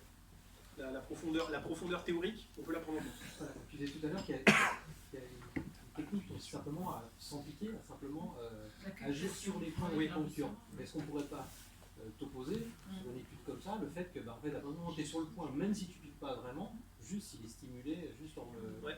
Bah dans ce cas-là, ça sert à quoi de piquer? Non, mais justement... mais c'est une vraie question, mais oui. Si on se dit, bah tiens, ça marche aussi bien si on pique et si on ne pique pas, pourquoi on pique? On va regarder ce que ça donne. Allez. Donc, en l'occurrence, je vais vous montrer une étude. Alors, il y en a plein qui ont été faites d'acupuncture simulée. La plupart des études sur l'acupuncture, ils ne le comparent pas à un placebo. Ils vont juste le comparer soit à rien, soit à une prise en charge classique, type médicaments, kiné, ou ce que vous voulez. Mais voilà, il y en a quelques-unes, des études, dont des bonnes, sur l'acupuncture simulée. Donc, par exemple, cette étude de 2009 sur les douleurs lombaires chroniques. Là, ils ont fait 4 lots de patients. Ça déconne pas. Un groupe d'acupuncture individualisé, c'est-à-dire que le patient, individuellement, va rencontrer le médecin acupuncteur qui va décider du nombre de points à piquer, de la durée durant laquelle les aiguilles vont rester plantées, etc. Donc, protocole individualisé. Deuxième groupe, protocole standardisé, c'est-à-dire qu'on définit à l'avance un protocole unique et tous les patients du groupe ont ce même protocole avec, il y avait 8 points qui avaient été choisis et une durée précise. Troisième groupe, acupuncture simulée, donc on reprend le même protocole sauf que là donc on pique pas, donc on fait semblant avec le dispositif que je vous ai montré. Soit un soin standard. Alors soin standard c'est joliment dit, en fait il foutait le mec dehors en disant démerde-toi. Donc le mec si vous voulez il allait chez son kiné, chez son médecin, peut-être qu'il prenait des antalgiques, il se démerde. Soin standard. C'est-à-dire que l'étude ne lui apporte rien. Non mais c'est logique, c'est de l'étude en vraie vie, c'est-à-dire que le mec on lui dit bah vous rentrez chez vous, dans 2 semaines on vous appelle pour savoir comment ça va. C'est la vraie vie quoi. Le mec il se démerde. Bon. C'est pas, non mais c'est pas cool en fait. Bon. Les différences elles sont là. Ça c'est, je sais plus au bout de 8, 26 et 52 semaines.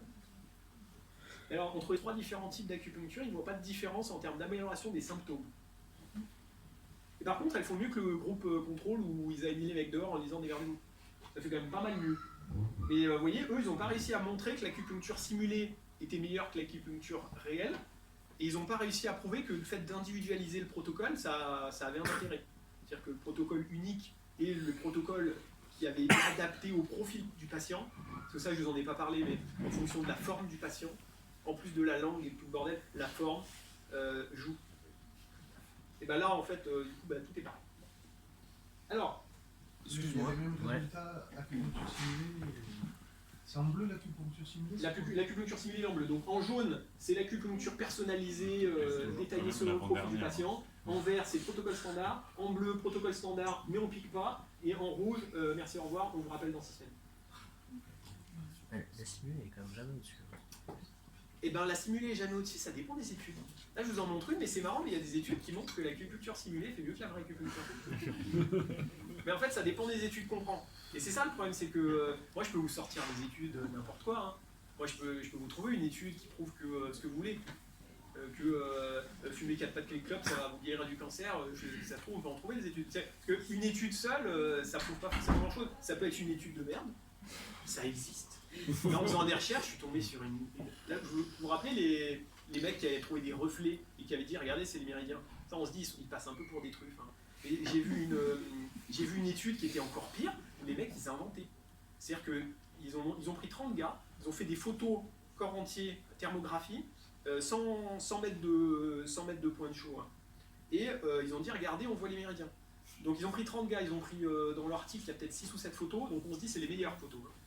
Bah, sans déconner, eux ils voient des choses que personne ne voit. Je ne les ai pas mis parce que je me suis dit que j'allais vraiment passer pour un méchant et tirer sur ambulance. Mais il y a des mecs qui ont fait des études complètes qui n'ont aucun sens. Donc si vous voulez, on peut en trouver un.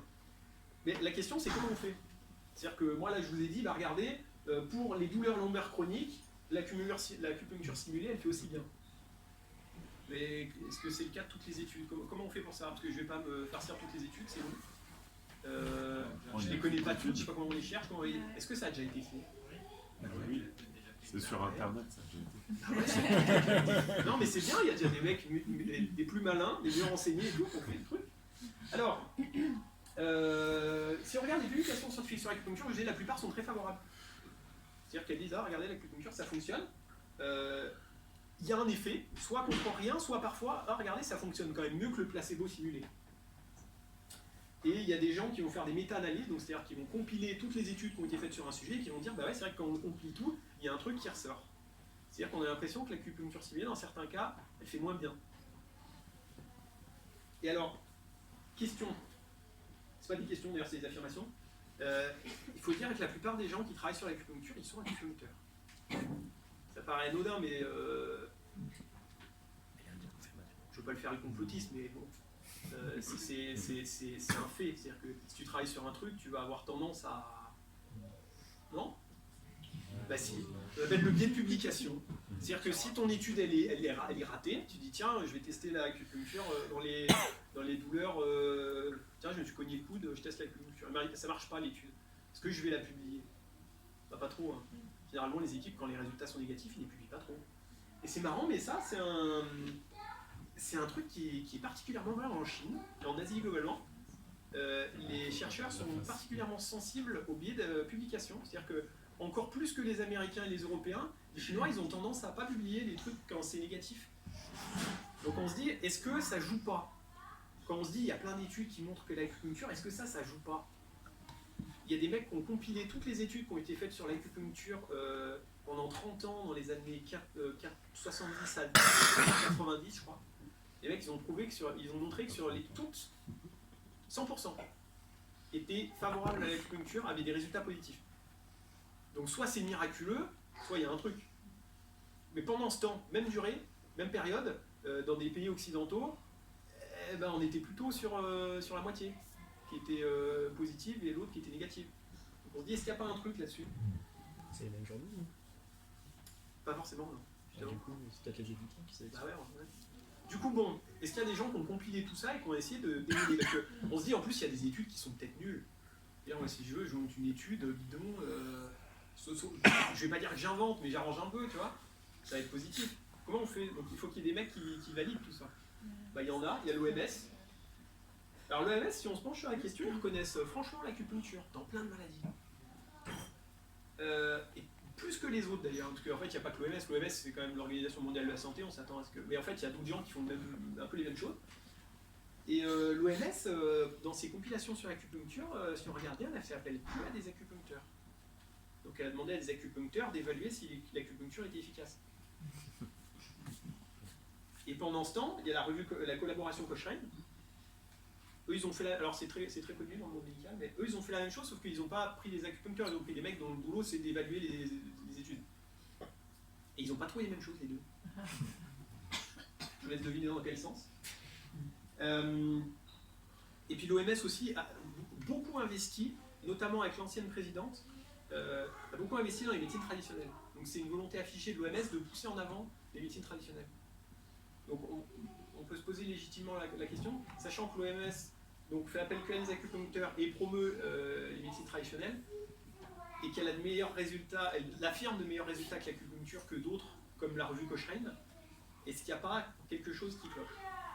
C'est une question, hein, je dis pas qu'il y a vraiment quelque chose qui cloche. Mais voilà. La collaboration Cochrane, c'est vachement intéressant. En vrai, ils font des très bonnes compilations sur plein de maladies, plein de traitements. Là, je vous ai un mis par exemple. L'acupuncture en prévention des épisodes migraineux.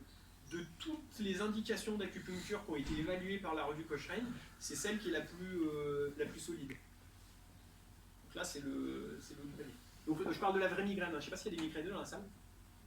Ouais. C'est quand on parle de migraine, il y en a qui disent j'ai la migraine, j'ai mal à la tête. C'est pas la même chose. La vraie migraine, c'est une maladie à part entière, très particulier. C'est pas juste avoir mal à la tête. Donc le traitement classique, pour les crises, il y a les anti-inflammatoires et les triptans. Et puis certains patients vont avoir un traitement de fond dont le but est de réduire la fréquence des crises. Parce que les crises, ça peut être très fréquent et puis ça peut durer longtemps. Il y a des gens qui font des crises migraineuses qui durent 3 jours, très handicapants. Et donc il y a plein de molécules qui existent, des antiépileptiques, des antidépresseurs, des antihypertenseurs qui sont utilisés pour réduire la fréquence des crises. Et donc l'acupuncture a été utilisée. Et alors là, en l'occurrence, à la place d'un traitement de fond, donc comparé au traitement de fond, dans des études qui sont solides, qui ont été considérées comme par les reviewers, dont le métier c'est de dire si une étude est bonne ou pas. Elles ont été considérées comme solides et elles sont positives, c'est-à-dire que l'acupuncture fait mieux que les traitements de fond médicamenteux. Alors ils ont mis ça comme conclusion, ça c'est la traduction française, parce que ce qui est bien avec tapez Cochrane, le nom d'une maladie sur internet, ils font des compilations, en fait elles sont toutes traduites en français, donc vous pouvez les trouver facilement. Donc là vous tapez migraine, acupuncture, Cochrane, vous allez les trouver tout de suite en français, c'est pas moi qui les traduis. Bon, il y avait une faute de traduction, je l'ai corrigé, mais ça c'est pas grave. Alors, tout ce merdier pour retenir ça. Eux ce qu'ils disent, non mais je vais pas vous dire, c'est... Voilà. Eux ce qu'ils disent en gros c'est que ça remplace pas le traitement de crise, mais les gens qui font de l'acupuncture en plus du traitement de crise, ça leur permet une réduction de la fréquence des crises. Ce qui montre c'est que, c'est pas certain, mais apparemment c'est au moins aussi efficace que les traitements médicamenteux qui existent en Occident actuellement. Et il y a peut-être, bon, il y a quand même beaucoup de conditionnels, mais il y a peut-être un effet véritable, c'est-à-dire qu'il y a des études assez solides qui montrent un effet qui est supérieur avec l'acupuncture réelle qu'avec l'acupuncture simulée. Alors, je pondère ça. Donc ça, je vous dis, c'est le truc le plus solide, c'est-à-dire que l'acupuncture, pour réduire la fréquence de la migraine, c'est là que les preuves sont les plus solides, parce que malheureusement, souvent, souvent en fait, quand il faut une conclusion, ils disent bah, il n'y a pas assez de données, on ne sait pas. Pour ce qui concerne l'acupuncture. Là, on a quand même des trucs assez solides, donc voilà. Mais en fait, ce qui se passe, c'est que bon, il y a plein de techniques qui permettent de réduire la fréquence des crises. L'hygiène de vie, des techniques de relaxation, tout un tas de choses qui fonctionnent aussi. Donc, l'acupuncture peut être aussi bonne que les traitements médicamenteux, mais elle est aussi bonne aussi que d'autres techniques de relaxation qui ne nécessitent pas de piquer les méridiens et pas tout le bordel derrière. J'ai mis quoi? Relaxation, TCC, ouais. C'est quoi TCC? Thérapie cognitive et comportementale. Non, ça paraît bête, mais en fait, tout ce qui est douleur, c'est entretenu. Je crois que j'en reparle après, mais toutes les douleurs, et il y a d'autres symptômes comme ça, la douleur est entretenue par l'anxiété, par le mal-être psychologique. Donc, quelqu'un qui a mal, si dit bêtement, si on lui remonte le moral, il aura moins mal. En tout cas, il va ressentir la douleur différemment, il va la vivre différemment. Donc, n'importe quelle douleur va diminuer avec une technique de relaxation quelconque. C'est-à-dire si vous avez mal, je sais pas, vous avez mal aux pieds, si on vous fait un massage du cuir chevelu, vous aurez moins mal aux pieds. C'est pas forcément qu'il y a un lien, mais c'est que toute forme de relaxation va permettre au sujet de se détendre et il va mieux supporter sa douleur. Ça ne veut pas dire qu'elle est plus là, c'est-à-dire qu'il la supporte. Donc effectivement, il y a plein de trucs comme ça. La migraine, voilà, c'est pas dans la tête, hein, c'est pas ce que je dis, mais l'attitude psychologique joue énormément, comme dans beaucoup de maladies. Donc moi c'est un peu ça ma question, c'est voilà, si ça fait aussi bien qu'une technique de relaxation, on va pas se faire masser, quoi, tu vois. C'est sympa. Non mais ça peut être bon. Bon, alors du coup, je me suis penché là aussi, hein, l'Académie de médecine de France, qui a publié des trucs sympas sur les médecines complémentaires. Là, c'est un rapport de 2013. Eux-mêmes se sont basés sur les collaborations, sur les revues de la collaboration Cochrane et sur d'autres trucs. Et eux, ils ont retenu ces indications-là pour lesquelles l'acupuncture a un intérêt.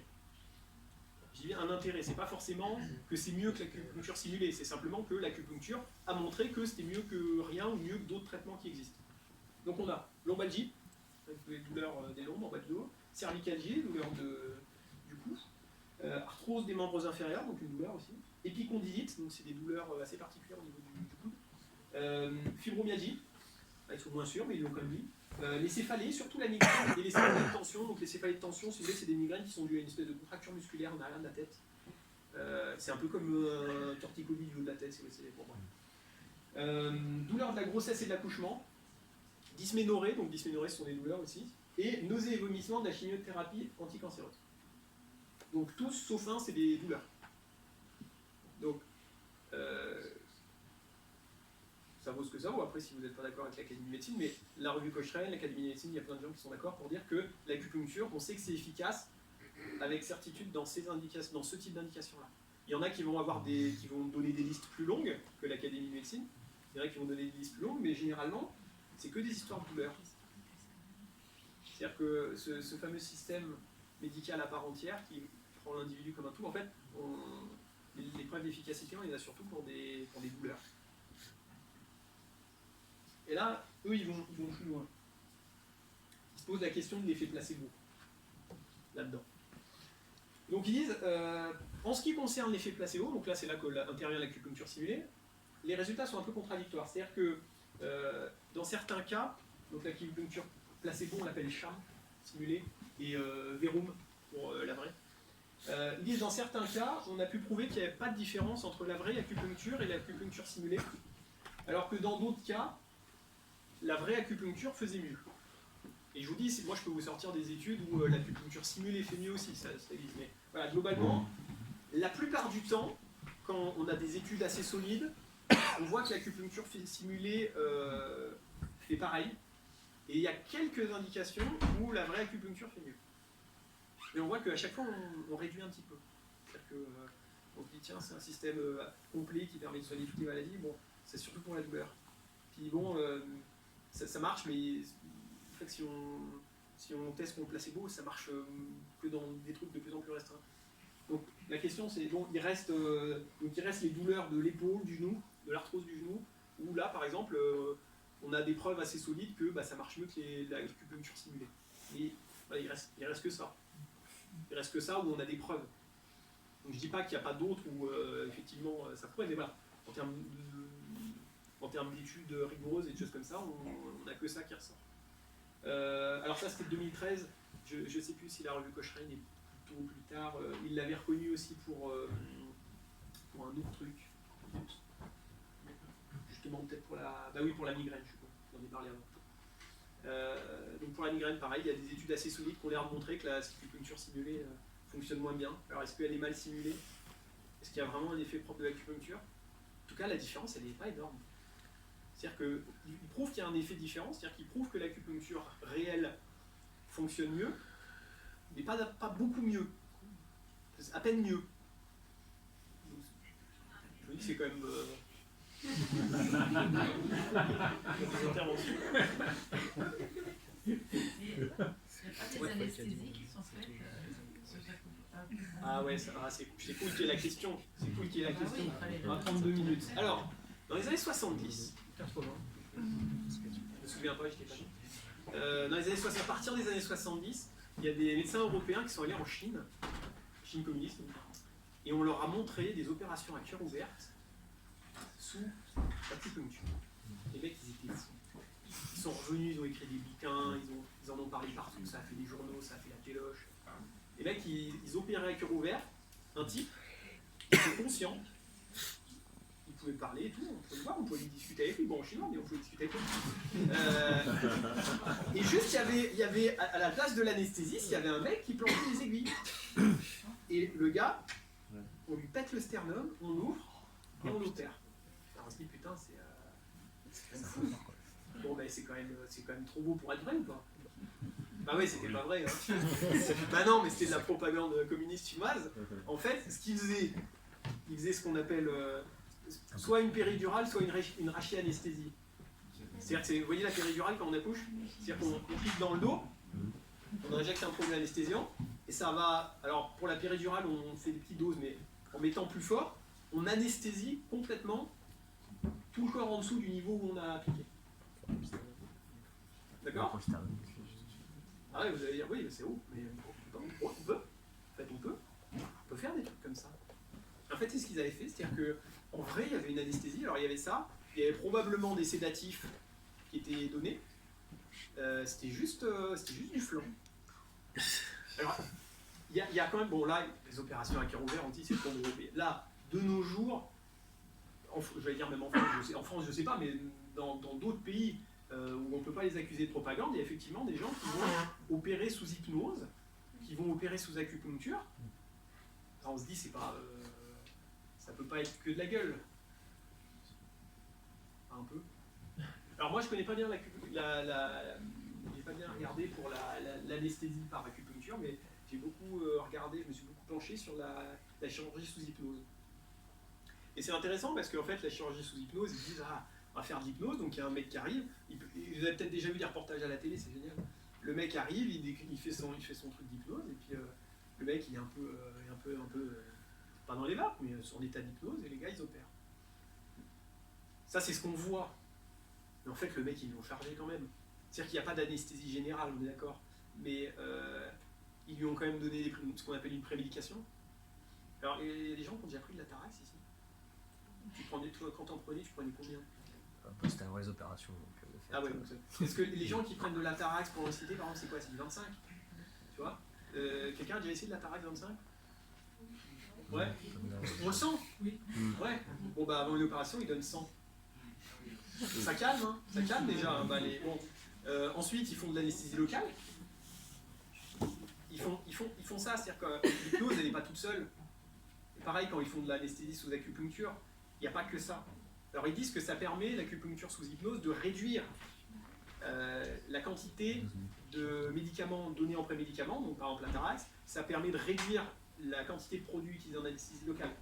Ça je veux bien, mais ils en utilisent quand même. Donc après, voilà, il faut se pencher un peu sur la question. Est-ce que c'est vraiment que ça? Est-ce qu'ils font vraiment de l'anesthésie sous hypnose? Oui, mais il n'y a pas que ça. Et alors ça permet quand même de réduire les doses, mais c'est une méthode de relaxation, hein. Je vous disais, la douleur c'est en partie lié à l'état psychologique. La Tarax c'est pas un antalgique, hein. On en donne avant les opérations, c'est pour calmer les gens, mais c'est pas un antalgique, mais la douleur va être liée à des phénomènes physiques. Par exemple, si vous avez très mal, vous avez votre fréquence cardiaque qui va accélérer, votre pression sanguine qui va monter, enfin, et inversement.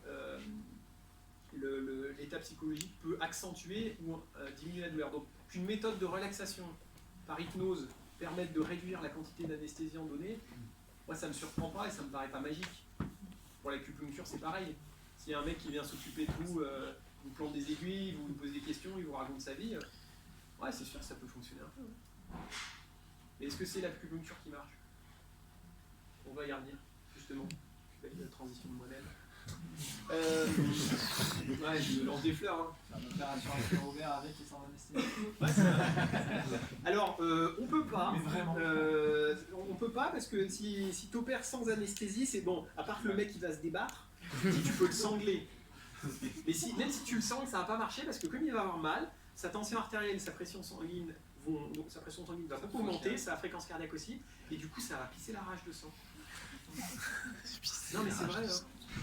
Un des buts de l'anesthésie, c'est de réduire la pression artérielle.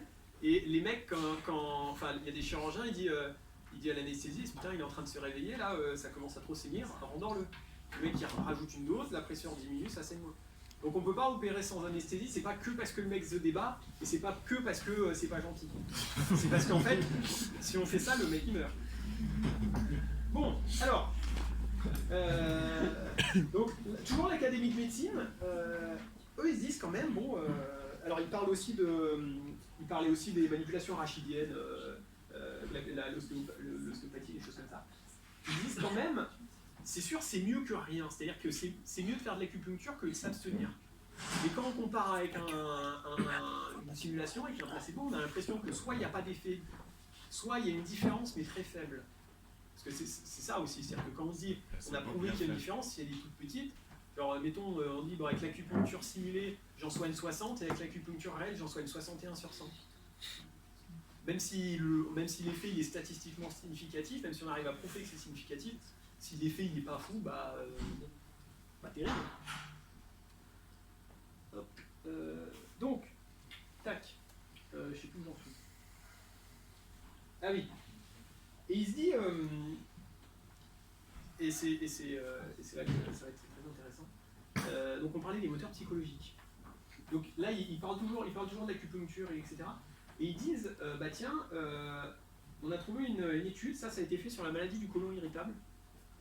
Alors qui est une maladie dont comment dire, il y a un impact énorme de la psychologie sur la maladie et de la maladie sur le psychisme. Donc en fait, les techniques de relaxation, ça fonctionne chez les patients qui sont atteints de cette maladie par exemple. Bon. En tout cas, ils avaient fait 3 groupes. ils avaient fait un groupe où ils ne donnaient pas de traitement. Alors c'était encore plus vicieux que ça, c'est-à-dire qu'ils disaient on vous inscrit sur une liste d'attente. Puis en fait il n'y avait rien, il n'y avait que de l'attente. Deuxième groupe, ils faisaient une acupuncture placebo. C'était les aiguilles rétractables, hein, comme je vous montrais. Et en troisième, acupuncture placebo plus ce qu'ils ont appelé une relation praticien-malade améliorée par chaleur, attention et confiance.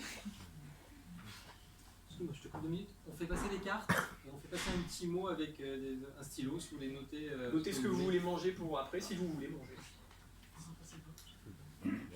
Et donc, bon, alors, l'Académie de médecine, ils sont gentils, mais je suis allé chercher l'étude directement, hein, on gagne du temps. Hop. Donc, trois groupes. Alors, on détaille cette histoire de relation. Donc, la liste d'attente, les mecs, ils n'ont rien. On les met sur liste d'attente et on les rappelle pas. Acupuncture placebo seul, donc ils n'ont pas d'acupuncture. C'est-à-dire qu'on a comparé un placebo contre un placebo. Hein. Il n'y a rien dans aucun groupe. Placebo seul, en gros, le patient arrive, donc c'était un maladie colorectale. Il passe 5 minutes avec le praticien plante les aiguilles, il repart, il revient 20 minutes plus tard, il enlève les aiguilles, merci, au revoir. Acupuncture placebo plus la relation médecin-malade optimisée. Alors ce qu'ils appellent une relation optimisée, c'est qu'en fait là, au lieu de 5 minutes, le mec il va rester d'abord 45 minutes avant de planter les aiguilles, il reste 45 minutes à discuter, écoute active, explication claire sur le traitement, optimisme vis-à-vis de l'efficacité du traitement. Et l'écoute active, c'est des trucs tout bêtes, c'est-à-dire qu'ils ont détaillé vraiment comment le praticien devait se comporter, c'est-à-dire quand il écoute le patient, il reformule ce que dit le patient, pour montrer au patient qu'il comprend ce que le patient a dit. Il faut que le praticien montre qu'il a compris le ressenti négatif de la maladie du patient et la souffrance du patient. Donc voilà, c'était vraiment basé sur l'empathie, et les mecs détaillent les points qui doivent être abordés, enfin la façon dont doit être abordée cette relation patient-praticien. Et qui en fait, c'est pas eux qui l'ont inventé, hein, c'est le standard de comment devrait se comporter un médecin avec son malade s'il avait 45 minutes à les consacrer à chaque fois. Et là, les résultats, ils sont assez fous. Alors, il y a 4 groupes, enfin 4 machins.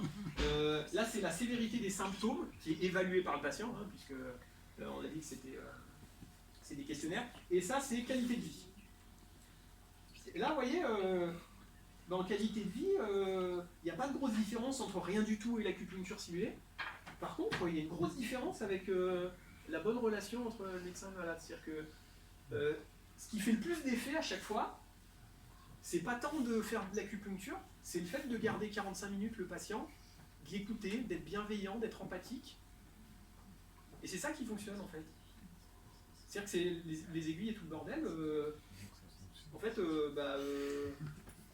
c'est ça qui est important.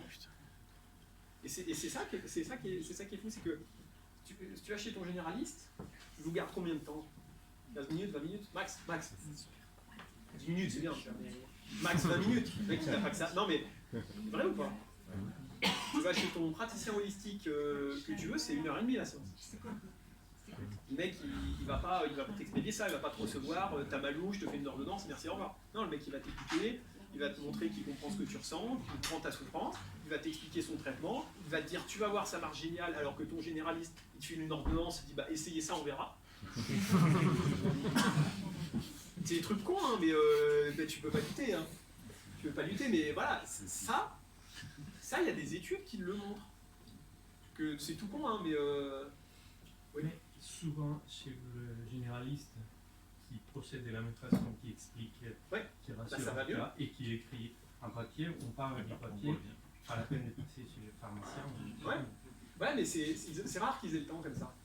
Oui, c'est rare. Mais si votre généraliste il vous gardait 1 heure à chaque fois, ouais, ça irait bien. Hein. Vous auriez le temps de parler de tout vos malheurs. Et ben ça ça vous améliorerait votre malheur. Il y a des gens qui font ça. Moi, je connais des généralistes qui gardent les patients 1 heure. Le patient, en fait, il est chez son psy, il raconte ses malheurs, il ressort, il va mieux. Le médecin, il n'a rien fait.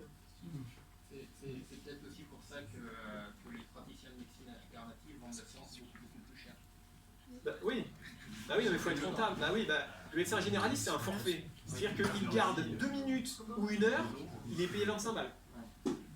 Donc, à un moment, il est obligé de rentabiliser. Alors, je ne sais plus pour les médecins généralistes, mais je Je pense que pour faire tourner rien que les frais de fonctionnement, je pense qu'il faut voir déjà 2 patients rien que pour rentrer dans les frais de fonctionnement. Je crois que j'avais vu ça avec les dentistes. Il me semble que les frais de fonctionnement du cabinet de dentiste, ça doit être quelque chose comme 60 balles de l'heure. Donc ça veut dire que si un soin dentaire à 21 €, s'il en fait 3 dans l'heure, il a gagné 3 € après déduction de toutes les charges et les frais de fonctionnement. Donc oui, c'est sûr, le mec il n'a pas le temps, il faut qu'il en fasse 4 par heure, quoi. Pareil pour le médecin généraliste. Praticien holistique qui garde 1h30, c'est sûr, il ne va pas prendre 25 €.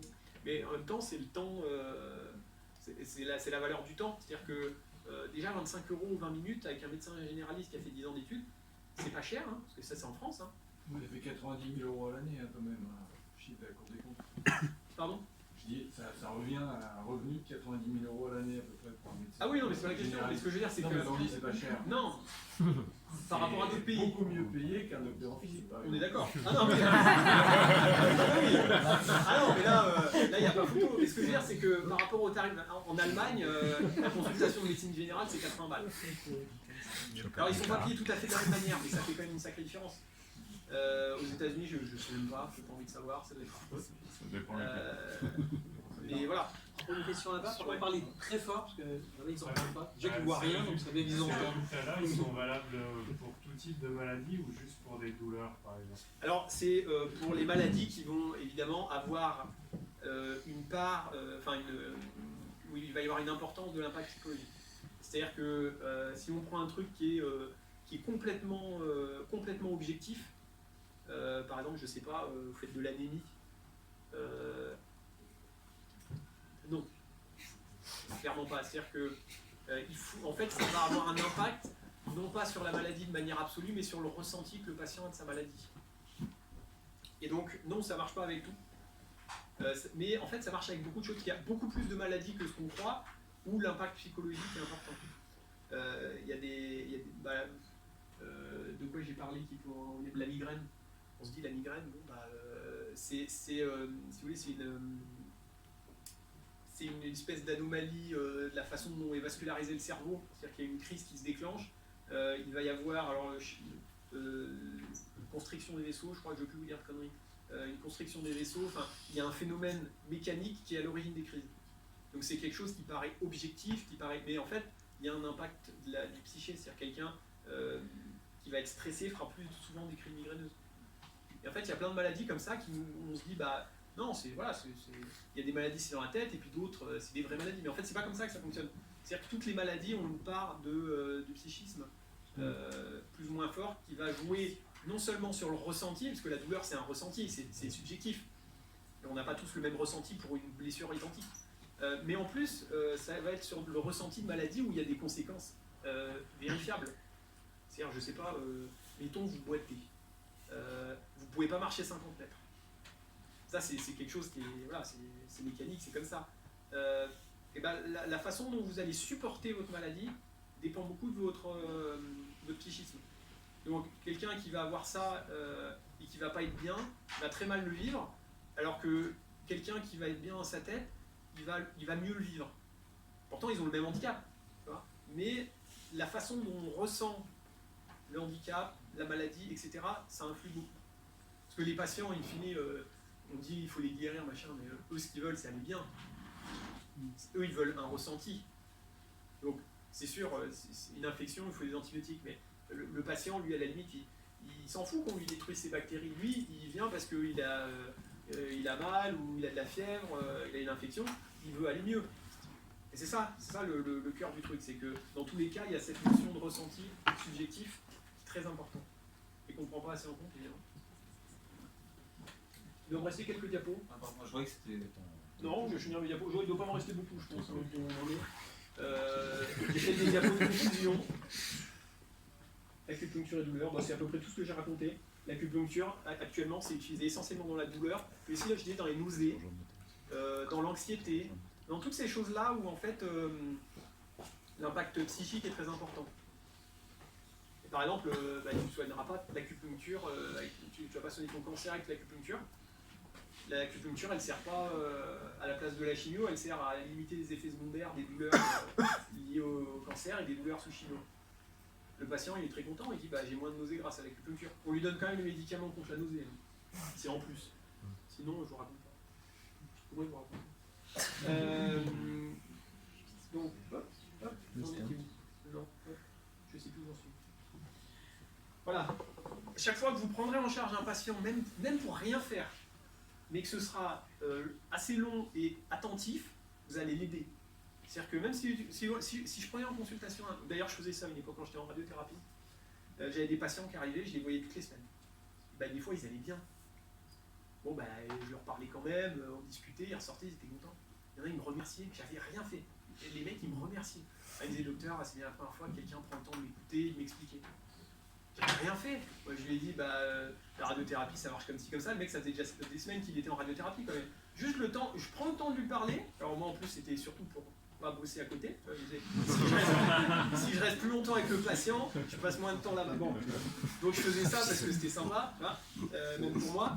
Mais les patients, ils me remerciaient. J'avais rien fait. J'ai rien fait. C'est-à-dire que je leur ai pas donné un miracle. Et les mecs, ils avaient toujours mal ou toujours. J'avais rien fait. Les mecs, ils me remerciaient chaudement. Juste parce que j'avais pris le temps de leur parler, de les écouter, de leur expliquer des trucs que personne ne leur avait jamais expliqué.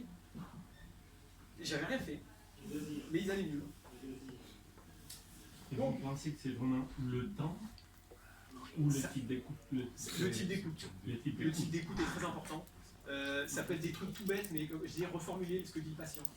Ça montre qu'on comprend ce qu'il a dit et ça montre qu'on l'écoute.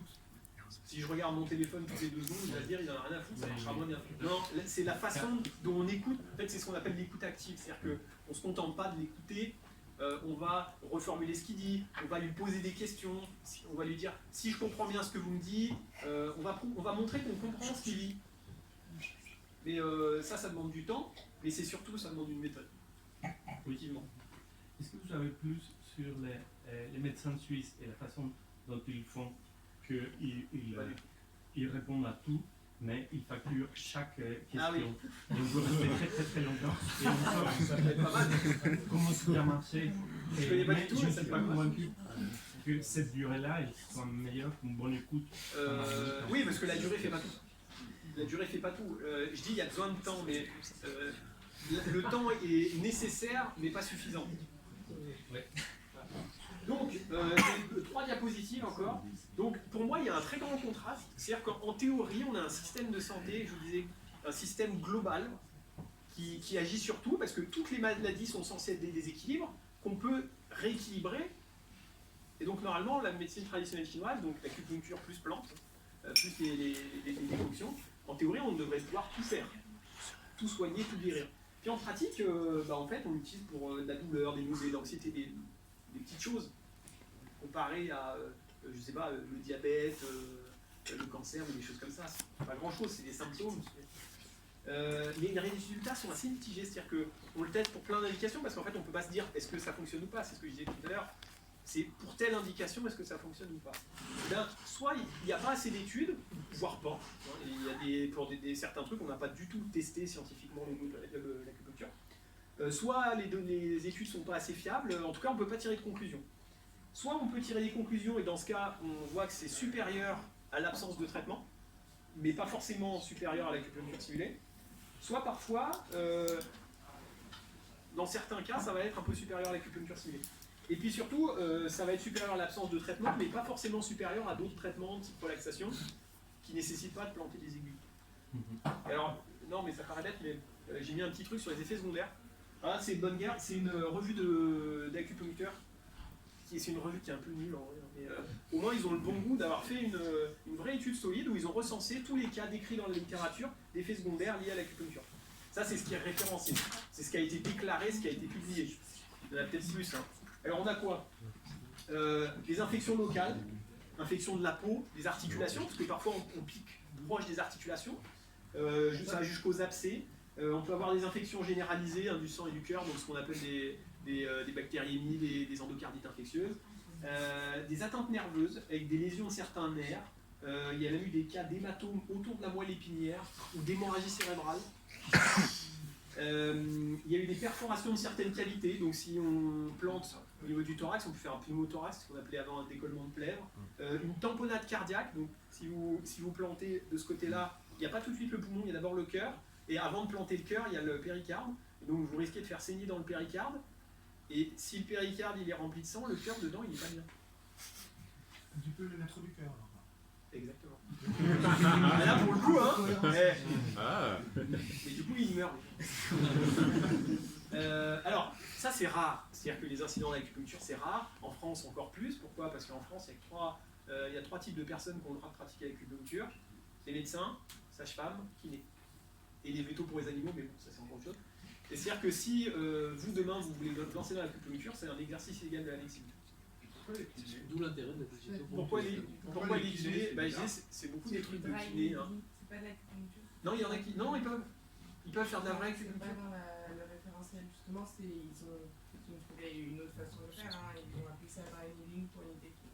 Ah oui, mais c'est de l'acupuncture ça, le dry needling. Si, non, mais c'est. Si. Bah, dans le fond, si, dans l'idée, si. Alors, ils piquent, mais il n'y a pas les. Ouais, non, mais si, mais oui, mais c'est rangé dans la même catégorie, c'est de l'acupuncture. Ouais. Non, mais. Alors pourquoi les kinés, pas les infirmières? Parce qu'à priori les infirmières... Parce que, alors, mais ça c'est pareil pour la prescription de médicaments. C'est-à-dire qu'en fait, c'est légal, hein, c'est-à-dire qu'on considère le kiné ou la sage-femme sont plus diplômés déjà. C'est des bac plus 5, si je ne dis pas de conneries. Les infirmières c'est bac plus 3, sauf spécialisation. Non. Mais globalement, les kinés et les sages-femmes vont avoir plus de droits que les infirmières. Mais ça, c'est une décision, c'est fait comme ça en France. À la limite, on pourrait faire différemment. C'est un cadre réglementaire. Mais l'idée, c'est de restreindre l'acupuncture. Parce que ça, ces trucs-là, si n'importe qui peut faire de l'acupuncture demain, ça, c'est beaucoup plus risqué. Parce que faire une arthrite septique, c'est-à-dire une infection de l'articulation, c'est pas une bonne infection. Hein. En piquant une aiguille dans le point des 1000 poutres, dans du monticule de poutres que je vous ai parlé tout à l'heure, c'est vite fait parce que c'est vraiment à côté de l'articulation. Donc, si on s'y connaît pas, faire des conneries c'est facile. Et semble-t-il que la plupart des problèmes qui surviennent avec l'acupuncture, c'est quand c'est des gens qui ne sont pas vraiment formés. Même en Asie, parce qu'en Asie, il y a beaucoup en Chine notamment, il y a beaucoup de praticiens, ils ne sont pas du tout formés en fait. C'est-à-dire que le mec, il se lève un matin, il dit bah, je suis acupuncteur. Là, il peut faire des conneries. Donc ma question c'est, sachant que ça existe, même si c'est rare, et sachant que ne pas piquer donne des résultats soit aussi bons, soit à peine moins bons, pourquoi on pique? Une vraie question. La beauté du geste. Ouais, mais du coup, les techniques, vous appuyez avec les pouces sur les points, c'est bien aussi. Et il n'y a pas ces risques-là. Il n'y a pas ces risques-là. On pourrait faire ça, on appuie sur les points, on fait du shiatsu, des trucs comme ça. C'est peut-être ça le truc. C'est sympa. Ça fait plus sérieux quand même. Ouais, ça fait plus sérieux, ouais, c'est vrai. Putain, il y a du matériel médical et tout, ils font des boîtes d'église, ça fait un. Ouais, c'est très impressionnant, il y a une espèce de... Ouais, il y a le décorum. Ça fait le décorum, c'est l'emballage du truc. Ouais, mais dans ce cas-là, tu mets autre chose. Tu mets de l'encens, des bougies parfumées, tu fais un décor. Mais tu mets un turban aussi. Non, mais oui, tu mets un turban. Non, mais si tu vas dans un salon de massage où il y a des statuettes, tu sais, avec le chat qui fait comme ça, que t'as des huiles essentielles, que t'as une masseuse qui arrive avec des espèces de serviettes chaudes là. Bah ouais, c'est bien aussi. Ça marche bien, et il n'y a pas besoin de planter des aiguilles. Bon. Mais voilà, tu peux faire du décorum quand même, hein, je veux dire. Donc, voilà. Donc, je vous disais, dans la théorie, on n'a aucune preuve que les méridiens existent et que du chi circule dans les méridiens. La conception de la maladie et du traitement de la maladie est complètement en décalage avec toutes les connaissances qu'on a actuellement. C'est-à-dire tout ce que je vous ai montré. Je ne sais pas ce que vous en pensez, mais pour moi, c'est du flan. Ces histoires de glaire, de chasser le vent et l'humidité en piquant dans des endroits, tout ça c'est basé sur rien en fait. C'est du symbolisme qui a été fait à une époque dépassée où on ne connaissait rien encore rien. Et puis sur la pratique, on a l'impression que souvent c'est surtout du placebo, que ça marche bien mais on pourrait faire autre chose en fait. C'est-à-dire que à la limite si on peut remplacer, si à chaque fois qu'on fait de l'acupuncture à la place on faisait un massage thaïlandais, on a l'impression que ça marcherait pareil. Pourquoi on ne fait pas des massages thaïlandais?